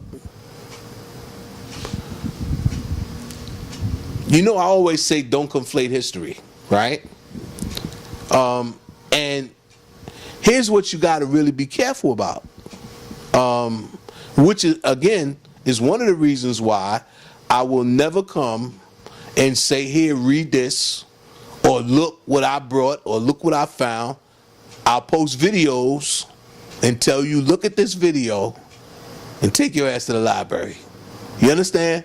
The video is only meant to open your curiosity.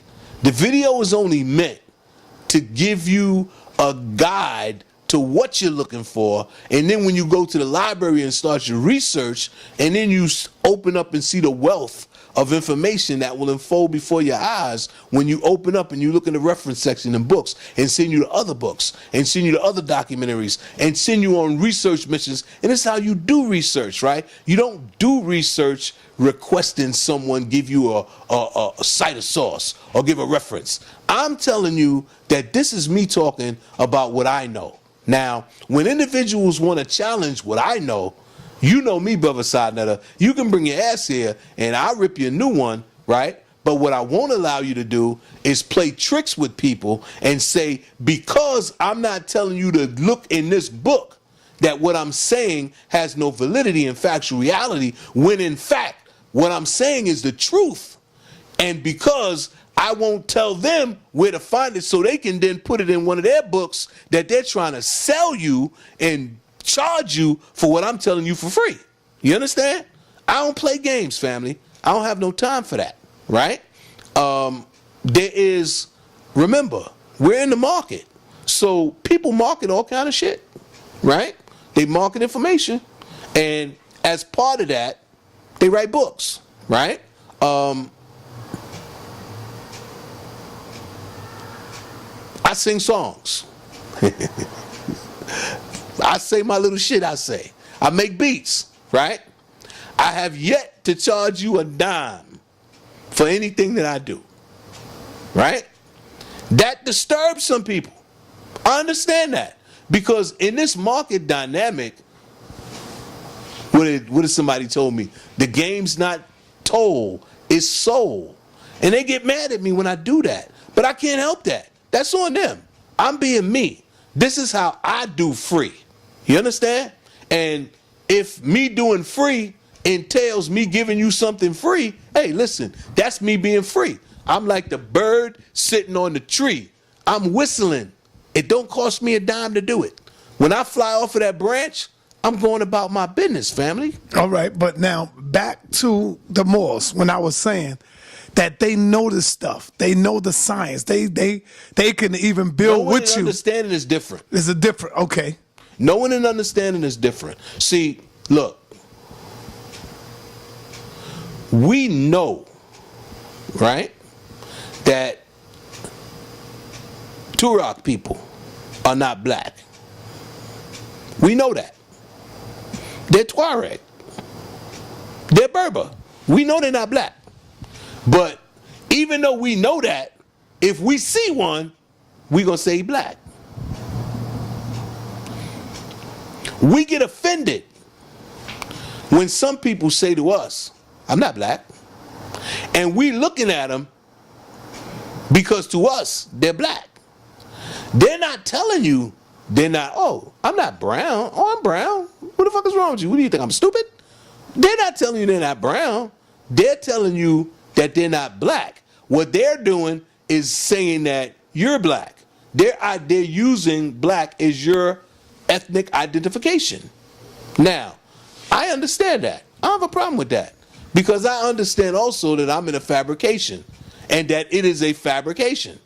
Now, because I understand that, like I said earlier, we have yet to convene and create our own construct that we can say this is us because we say this is us. And if anybody say different, we're going to take their heads off. We have yet to do that. And until we do that, I don't really want to hear that bullshit because you're just playing games. You going from Leroy to Abdullah and you ain't changing shit. You understand? Look, why would you say, well, we were slaves in America, so I'm not calling myself Brother Larry no more. My name is Hakeem Abdallah, right?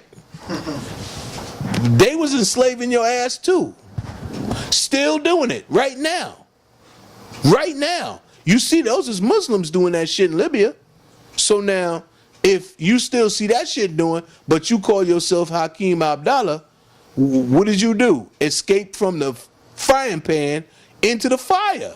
Mm-hmm. Listen, that's the same shit that. See, that's my problem. That's my problem with a lot of my brothers and sisters. Y'all want to play white man games. You understand? Y'all want to call shit a different name and think it's gonna make it better. It's not slavery. It's incarceration. It's not the plantation. It's a correctional facility. No, it's not slave transport. It's a transfer. No, it's the same shit. What do you think? It's different because they're using different words? How is it not the same shit? when it's doing the same shit. You understand? But if you call it something different, it's going to be different. So you're not Leroy anymore. You Abdullah. How's that working for you? How is being the slave of Allah working for you? Because that's what Abdullah means. So now, if that's working for you, more power to you. But if by working for you, it's freeing us as a people, because that's what working for us mean to me, it's contributing to the freedom of our people, the self-determination of our people. I don't see that happening. I don't see that happening through Islam. I don't see that happening through Christianity. Islam is not in the business of freeing people. I told y'all that years ago. Islam is not in the business of freeing people. It's not. It's really not. And when you have movements, which is what they have in Islam, and if you study Islamic history, they will always describe the shit that they're going through as movements. What you have is conflict and internal strife that leads to warfare. That is the history of Islam. It's always been like that. From the beginning. That's how it started. You don't believe me? Look at the history of Islam. How did it start? They was trying to get at Muhammad. You understand? Before they was Muslims, they was trying to get at Muhammad. They had to run. After they became Muslims, they went on some get at the people that was trying to get at them. That's your Muslimic expansion. You understand? Conflict. And then they expanded until they started getting beat. When they started getting beat, they got pushed back. When they got pushed back, they was attacking black people in Africa. They was enslaving black people in Africa. Muslimic. I call them Muslimic because these was what we would call today black people. But they were not black people. Don't be fooled because they were brown like us. Okay? Major factor. Consider the fact that in Africa, on the continent of Africa, in the cultures, the people have kings, right? They have chiefs. Everybody got a head man, right? Consider the fact that a large area of Nigeria was under the control of not the people, the groups there, but under one group, being dominated under one group, a Muslimic group. And they had slavery with plantations, with black people working in them in Africa. You understand? They had slave rebellions in Africa that ain't had shit to do with the white man. All I'm saying to you is that we have a localized view of things that we apply to other areas of the world, and shit don't apply. You understand? We see the dynamic that we have with white people in America, and we want to, not all of us, this is the ignorant among us, we want to apply that same dynamic to the entire globe, and it doesn't apply. The entire globe is not our enemy. Our enemy here, that's some fake shit. When you want to send death threats out to the world, but you ain't stepped to the cracker that you got right here, it's not real, family. That's bullshit. You understand? We know who the enemy is because the enemy is getting at us. We not getting back at the enemy. We the ones on the casualty list. When after the fights and shit, when who's wounded and shit, we the ones with the wounded. We the ones with the dead. Them motherfuckers the ones toasting and celebrating. Counting how many they got. That's the dynamic. So, real is real. I don't personally think that we can even have a serious conversation that involves the word revolution. That's why you don't hear me really talk revolution. You hear me tell you it's Civil War Part 2, and black people are not fighting back, and black people still dying, and black people not fighting back. You hear me say that. You don't hear me really say revolution because if black people can't fight together, how you gonna have a revolution? If black people can't even talk together, if every time we get together, it's a debate, how you ever gonna have a revolution? That ain't how revolutions occur. They don't occur. People don't get together and argue about who's right and who's wrong. They already know the enemy is wrong. I don't give a fuck what you believe. I don't care what you think. The enemy is handing us our ass. He handing you your ass. He handing me my ass. He handing him his ass. And we ain't taking this shit no more. That's when you talking revolution. So now with that, I have a gift from the House of Consciousness, Sonetta TV. I want to give my brother a shirt. Because I know when people see you, they say, oh, I seen you on Sonetta TV. Have you ever seen anybody like that? A bunch of people. All right, there you go, brother. So here's a shirt for you, my brother. It's a 1X. I don't know if it could fit you. Brother Sonetta, you trying to advertise with me, brother? I'm just giving you a shirt, brother. All my people get a shirt. Now, I will give you that. I will give you that, or I will give you the hoodie, whichever one you want. Oh, that's all right. See, the hoodie is cold out there. This is thick. This ain't no cheap stuff, brother. Look, the only thing that I stress, right? All the information that we banner back and forth. You think you can fit this too big? The only information that we banner back and forth, right? What is it designed to have you achieve, right? We say consciousness, right? And we've taken to trends. You know, we very trendy, right? So now we say woke, right? And I made a little tune, and the lyric in the tune is woke. I know the difference. I see you guys walking around and y'all just be drifting. And then you hear me say zombies. Now, when you see zombie movies, you see the zombies are just walking mindless, and the only thing they want to do is kill something that's alive. Kill something that's living. Family, what I'm saying to you is that dead-brained individuals will always try to kill the living truth. The living truth is what you see with your own damn eyes, family.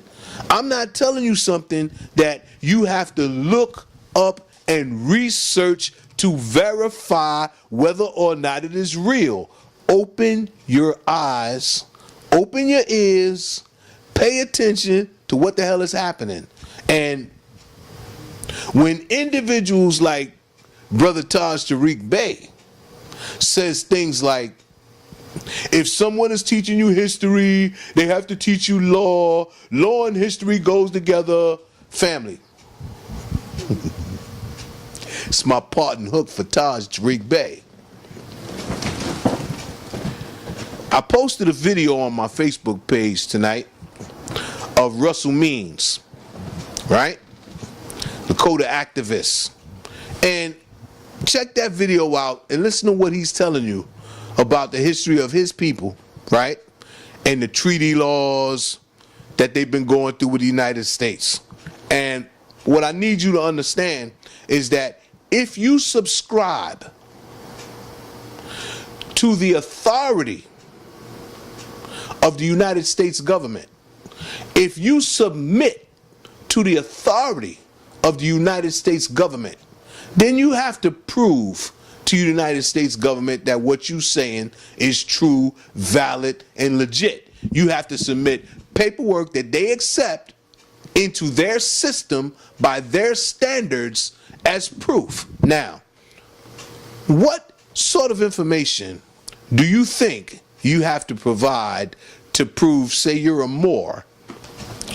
We have a case on the record of Abdul Rahman al-Suri, who was held in slavery here in the United States, and the King of Morocco interceded on his behalf, right? And they said, okay, he's a Moor, right? Family, he was not a Moor. Not a Moor. Who was not a Moor? Abdul Rahman al-Suri. Abdul Rahman al-Suri. Okay. Right? We know which people he's from. His name tells you what he is. You understand? Now, he was part Fulani, but he was a Suri. We know this.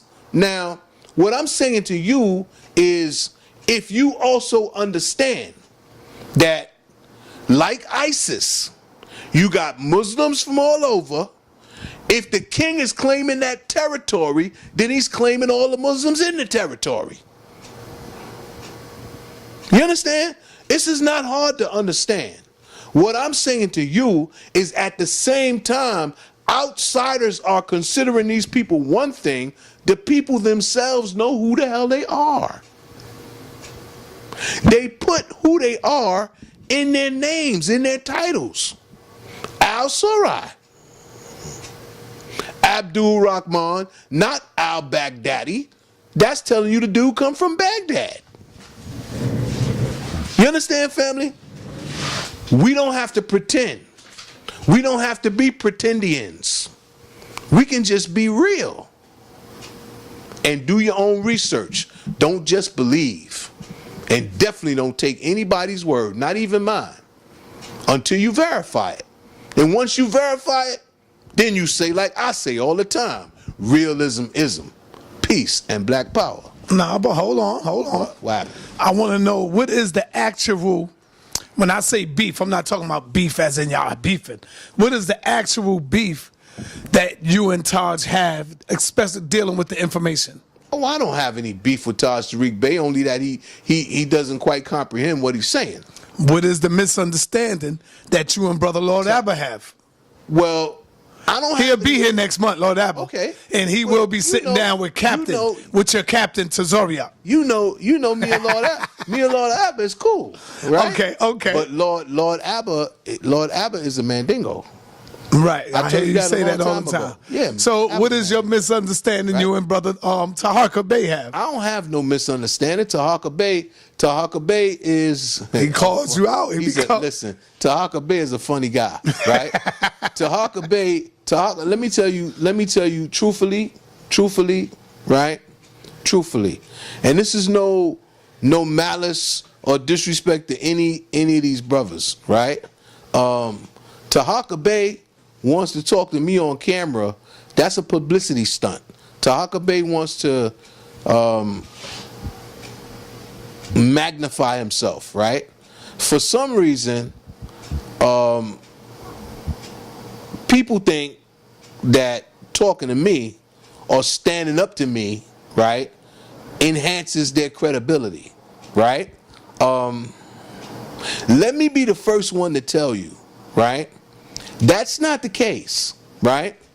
Because serious academics, they already know what I'm saying is true. They already know that what I'm saying is like basic shit, all right?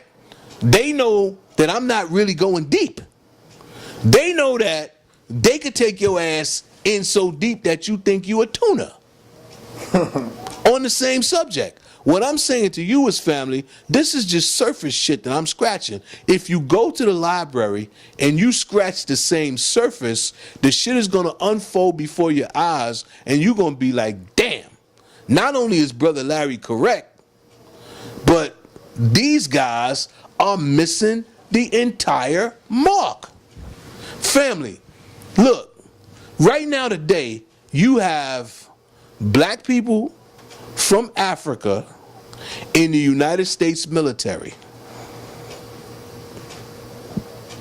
That's not citizens. Let me let you know, brother. You also have another one that have you on the radar. No, wait, let me make this point. Okay. Right now today, working to be citizens, right? Now, I say that to say this. You can find pictures of Queen Victoria or Queen Elizabeth walking past her proud black soldiers with their little red hats on, right? You can find the same shit in the Belgian Congo. You can find the same shit in French West Africa. If you don't believe me, look up African rifles. They famous out of Senegal, fighting for the French. Famous African rifles. They got fucking, like they were heroes. Like they make dolls and shit out of these people. With their little soldier guns, little toy, wooden soldiers and shit. African rifles. You understand? What I'm saying is, black people been in everybody's army. Arab armies, Ottoman armies, Persian armies, Greek armies, Roman armies, American armies, English armies. You understand? Black people got a bunch of fucking armies in Africa right now. Right now. It's a bunch of African states that got armies. Right now. You think they marching on the motherfuckers enslaving black people? You think they taking their army ass and marching in Libya? Or marching in Mauritania to stop that shit that's going on? You would think, right? Black power, right? That's not the case. All right, one of our brothers have you on their radar, brother. Who's that? He goes by the name of Roy Bay. He called me and told me he wanted to sit down with Brother Larry. Look, I should have called him today, but I didn't know if you was coming because he would have been right here. There's a market difference, right? That comes here to talk to you when I come here to talk to you, and the me that comes here to talk to somebody else when they be talking shit to me, right? That I'm sure Bashir found out, right? Because that's not the way, family, that I talk to people, right? And y'all see the interactions that me and Brother Sutek have. Hold on. Hey, Brother Roy Bay, I would have called you earlier, Shout out but to we getting Sutek. ready to leave right now. And I have in the house with me Brother Larry. I told him he was on your radar. So we not live, but do you have anything you would like to say to Brother Larry? Is Larry on the phone right now? No, Larry right here, right now. He hear you. I'm sitting right here. Go ahead, talk some shit. Larry, what's up, homie? What's up, Roy Bay? Yeah, I mean, first of all, I definitely missed the young brother. You know, it's been a minute since I've seen him and everything, you know. He's definitely one of the brothers who I have great respect for. Tell him I got a fishing rod. You better be careful. Yo, he got a You with the white man turkey today? he got a fishing rod. You better be careful. He getting ready to throw his hook out. Hey, put him on the phone. Be talk to him, man. He hear you, brother. He live and clear. Talk to him. You Oh, being right. recorded too. I want you to know that. Oh, word? Yeah, we on the camera.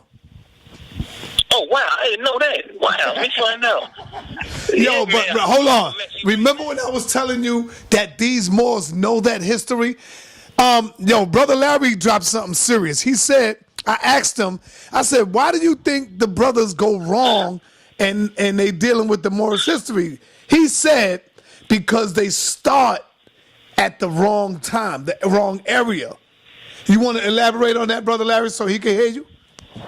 Well, Roy Bay. Please, Larry, talk to me. Peace.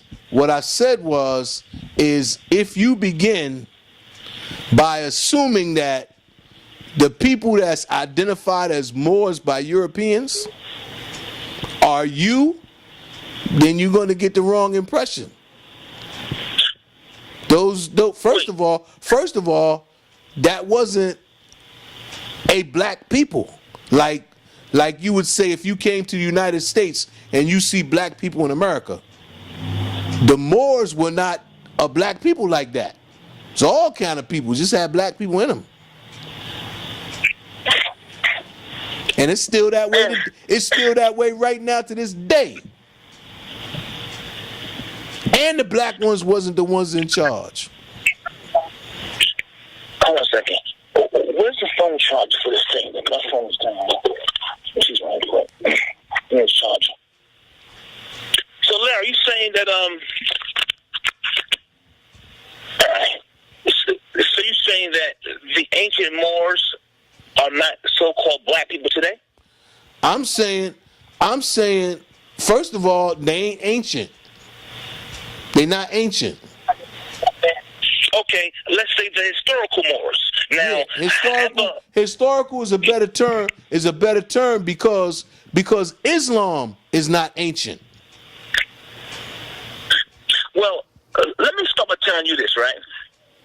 It's a tad bit complicated for you to describe what is historical and ancient to me when you arrive at under a fictitious terminology such as calling yourself as a black person.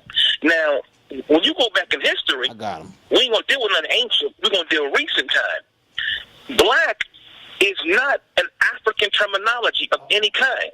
It is a Eurocentric terminology that comes out of Europe, mainly German, and originally, in its original meaning, it meant the word pale. So unless you're a pale person or a German person, how could you even qualify yourself to call into question who and what a Moor is? When black came out in the 15th century, and the term Moor predates that. So you have to first describe to me, well, hold on, brother. You have to first describe to me what a black person is. Because by all accounts, from an African perspective, they don't even identify with that until they get here in America, because that appears to be the dominant terminology being used to describe this so-called African people. So how do you really describe or define or break down blackness before you describe and break down who and what a Moor is? Is it my turn now? Yes, go ahead. Roy Bay. Go ahead, brother. I'm listening to you. What language do you speak? At current English. How about yourself? Wait now. Do you know the history of English language? English is a borrowed dialect from various different languages. No, that's not correct. What is your interpretation? I don't have an interpretation. So what is your understanding? I don't have an understanding. I just know what English is. Okay, so English, how are you going to define the language? English. How did you become a black person, Roy brother? Bay. Come on, I mean, Roy Bay. Let's deal in Roy right Bay. now because Roy Bay. You a smart. Roy Bay. Hold on, brother. Roy you Bay. a smart guy, right? You you said you speak English, right? Okay, so make your point. Are you familiar with the terms Anglo-Saxon? Come on, now you know darn well I am. The term Anglo means what to you? Anglo? Yeah. Anglo pretty much comes out of, if I'm not mistaken, some of the European tribes. A Germanic tribe, right? That's correct, sir. A German-speaking tribe, right? Listen, make your point. I'm not going to answer your question when you make a point. Listen to what I'm saying to you. Angles is English. The dialect spoken by the Angles is English. So when you say that the word black originally came from German, you speak German, Professor. You just speak the dialect of German known as English. Woo! What I'm saying to you. All right, listen. Wait a minute now. It sounds to me. Wait a minute now. Hey, son, calm yourself down with that old sideline and nonsense of yours. No, just let him speak, Roy, because we're going to let you speak. Go ahead. All right. What I'm saying to you, Roy Bay, right, is if you ever hope to sit down with me, right, then what you're going to have to do is you're going to have to either find or develop a serious line to question me on, because if the meaning of black is all you got, you're going to be black when I'm done with you. Shit. I'm going to smoke your boots. Okay, you finished? Yeah. All right. Well, first of all, my good brother, you would never smoke my boots because, first of all, you ain't going to bring them close enough, right? Hey, look here.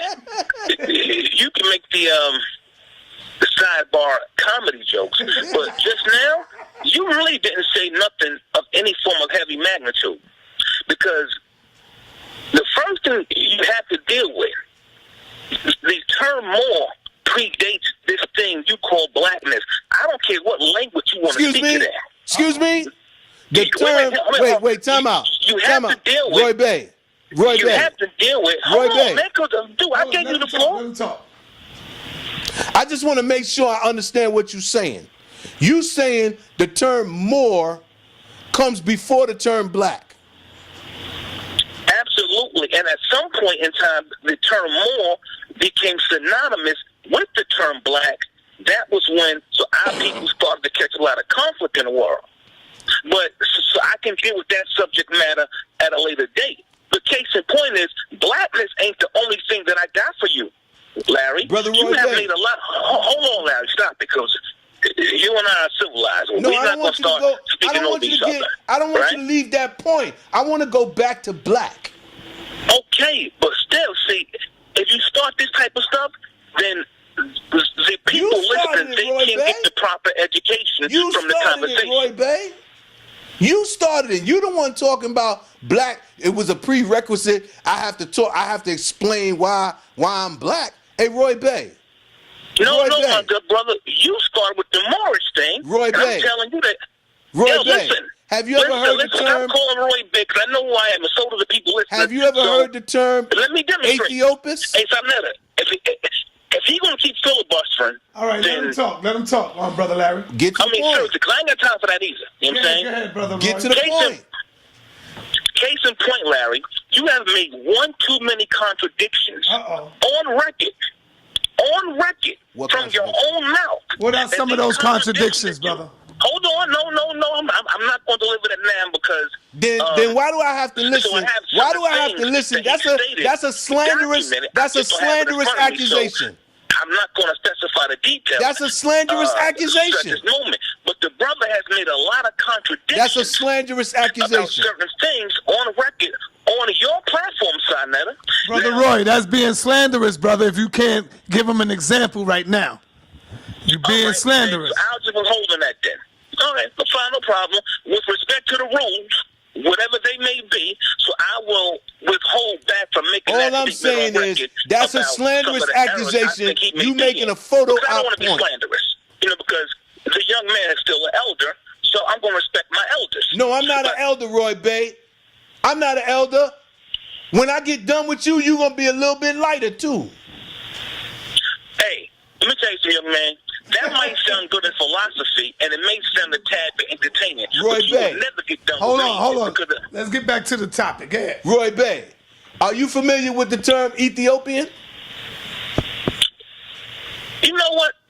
For argument's sake, just to see what you want to say, I'm gonna tell you no. Now you educate me. Roy Bay, that meant black before black meant black. What year you talking about? What year am I talking about? Well, Yes. Well, Herodotus in 200 fucking BC was calling motherfuckers Ethiopians.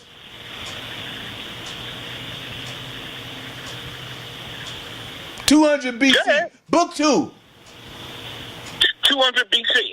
200 BC. And look, Okay, there was a group so of you're saying people. to me- There was a Hold group. on. Go ahead. There was a group of people. There was a group of people called the Kokis or Cochis in the Caucasus Mountains that he saw too, and he said he thought they was a colony of Egyptians because, like them, they have dark skin and woolly hair. Now, the Greeks are responsible for the formation of the word Egypt. That's a corruption.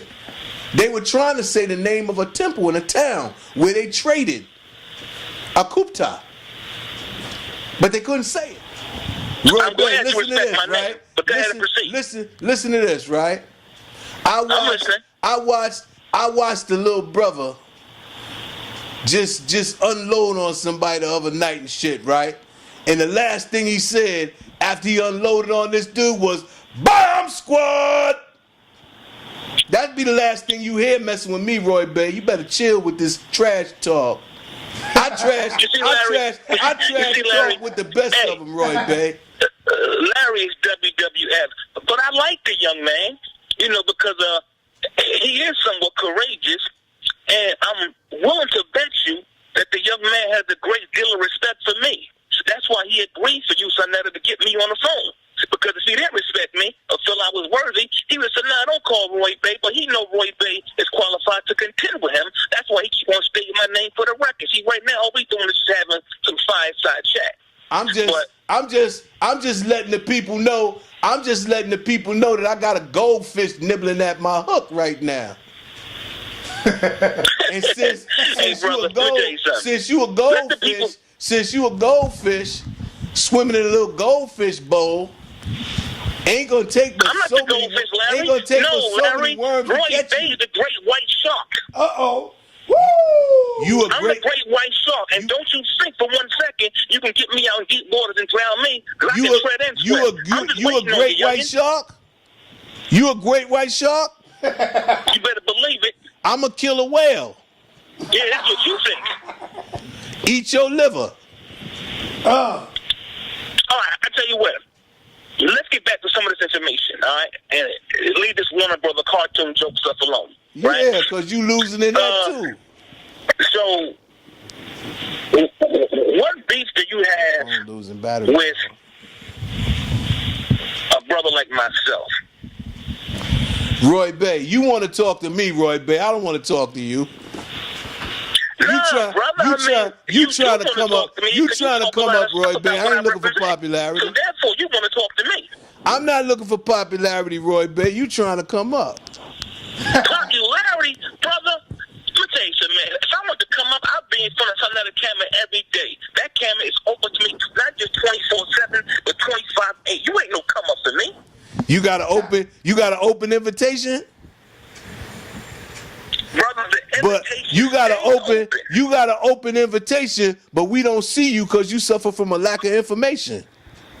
Man, this guy's on some hip-hop rap stuff. Hey, look at him, man. Get out of here with that stuff, Larry. Hey, Larry, check this out, brother. Check this out, right? Now, I know you're going to play old man C now on me right now as I bring this up to you. But I schooled you one day out there on 2/5. Woo! And I said to you in a private conversation, I said, Larry, you know, Sister Harriet Tubman said she could have had freed more slaves if they but knew they were slaves.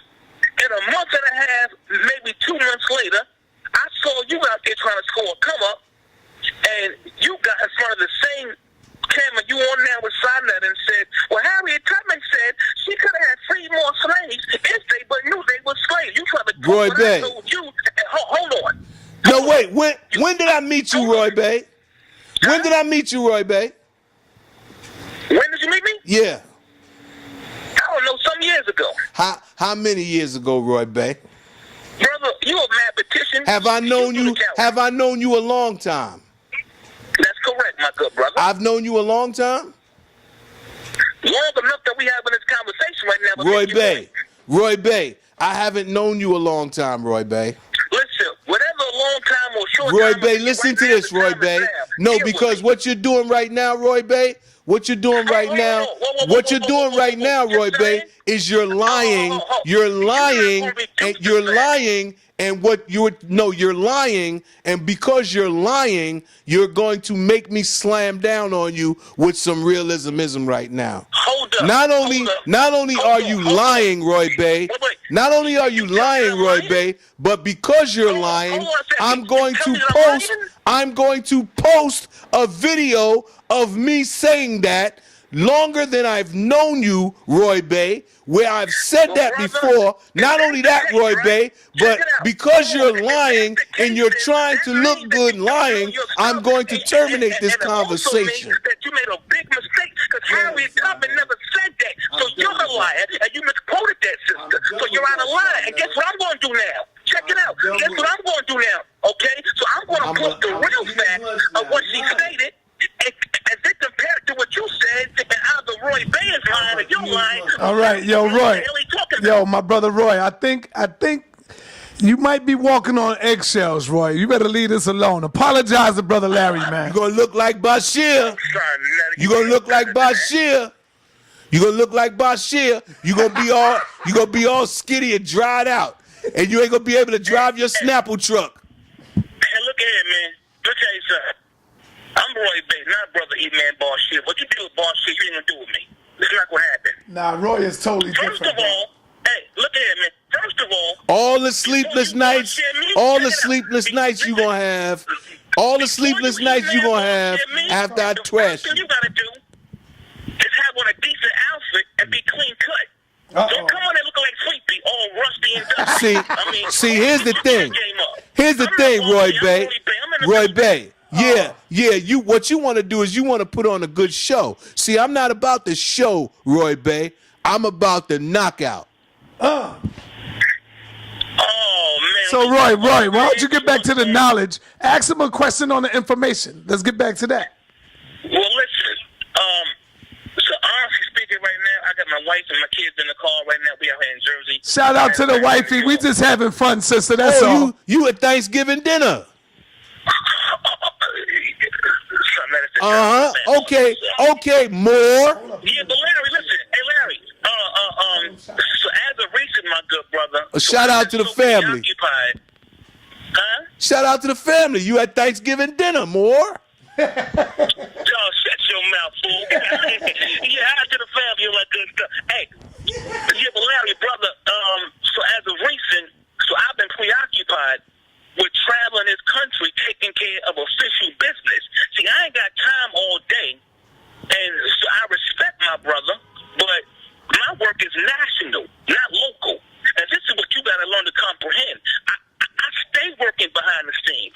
I got a whole track record of things I've done in the last 6 months. Now, you got Snapple deliveries all over.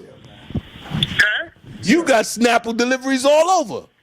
No, I don't see. I know you global. Funny. See, first of all, brother, I don't work for Snapple Juice no more. And by the way, just for the record, I came to that health food store in Harlem where I thought you worked at about 2 days ago, because I was looking for your head then. I was hoping to find you out there then.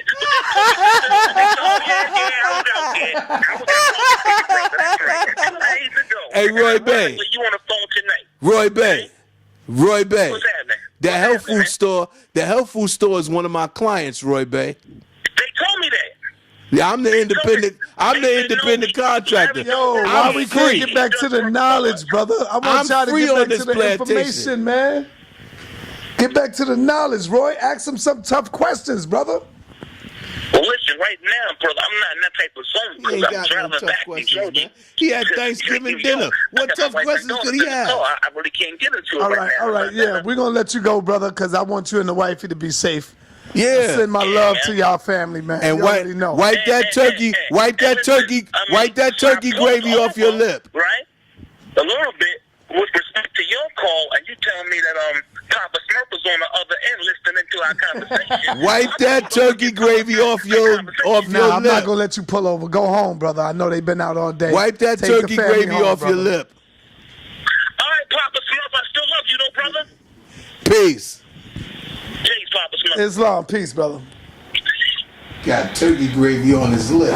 All right, there you have it, man. What language do you speak? English. Motherfucker, you speak German. What the fuck are you talking about? English is German. The parent language of English is German. It's a Germanic language. This is simple, right?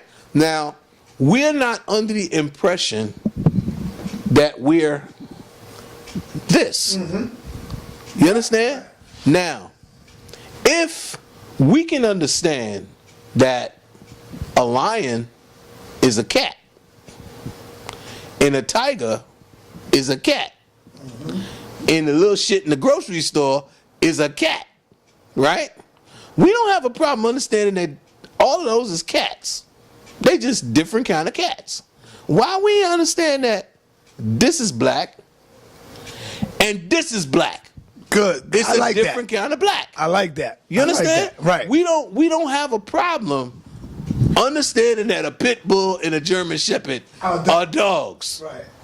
And we don't even say, yeah, but they ain't the same dog. No, they're the same dog, motherfucker. Woof, woof dog. You understand? But some dogs woof and some dogs arf. But they dogs. Now, on the continent of Africa, some people are Fulas, some people are Mandingos, some people are Ashantis, some people are Fantis, some people are Maasai, some people are Kikulu. They all black. When white people see them, now, when we see them, they could take off their tribal, cultural clothing and put on our fabrication clothing And we'll look close at them. If they come from distinctive peoples, we'll know that they came from there. All right, we're going to close out at 12. I want to ask you this question real quick. Last question. When you and Brother Jabari hooked up, were you taking it easy on Jabari? I got a feeling that you were holding back because you ain't want to mess up. You know, you ain't want to really go in on our Brother Jabari. Look, right? I got nothing but love for Jabari. He's an intelligent young brother, right? Mm-hmm. But he's a mythologist, okay? So he's in the Kemetic mythology. You know that I don't deal with mythology. But see, that's where a lot of people make a mistake at. Jabari have a degree in black history. We understand that. He's a historian as well. No. So when we say that, everybody always connect him to Kemet. Like that's with his brother. Very good. He's a historian. Very good. He is still a Kemetic mythologist. Now, what I'm saying to you is he is trying to marry mythology and history, right? How so? Because he's trying to discuss the historical context of the mythology. Brother Jabari knows exactly what is mythology, I know, what is real, what was not real. He know the physical, and he know what was. Come on, brother. Let me help you understand what I'm saying. Go ahead. So you can stop misunderstanding what I'm saying and thinking that I'm accusing Jabari of being something that he's not, right? Jabari is admittedly a Kemetic priest. Right. Right? Jabari is admittedly a Kemetic priest. That's mythology. Now, there's no debating that. That's just what it is. Now, because you understand, I don't deal with mythology. I don't deal with Christian mythology, Muslim mythology, Hebrew mythology, Kemetic mythology. I don't give a fuck. Voodoo mythology. I don't deal with mythology. I don't deal with it, right? I deal with facts. I deal with realism, reality, right? Now, because I understand that Europeans did not invent the system of religion, because I understand that they kind of like took that model and ran with it because they seen it working, right? They seen how, what you could do with it, right? And because I can connect that shit to Egypt, right? I think that's where they seen it at. Now that would be the regimentation of people. I'm sorry, I don't deal with it. No mythology. All right. No religion. Hey! Hey! Damn, you're bigger than me now. Hey, Cynthia. How are you? I'm all right. How you doing? He came from his sister's house. But go ahead, brother. That's good. But you understand? So Right. I don't deal with any of that, right? So when you say, hey, young man. See that? He give you the fist. He already know. So when I say dealing with mythology, right? I much rather deal with reality. Now, we can talk about the wars and the conquests, but you notice that when I went there with Brother Jabari, that's not where he wanted to go. You understand? That's not where he wanted to go. Because had he went there, I had a special surprise for him.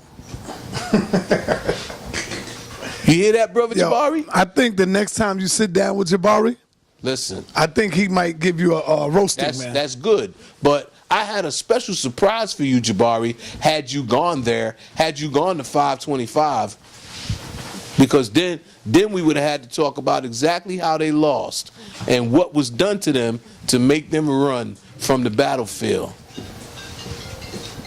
And with that, I'm out, because Sign of the Family is here and it's late. Peace and Black Power. Peace, family. Peace. We out of here. Thank you, my brother, for coming through. Yeah.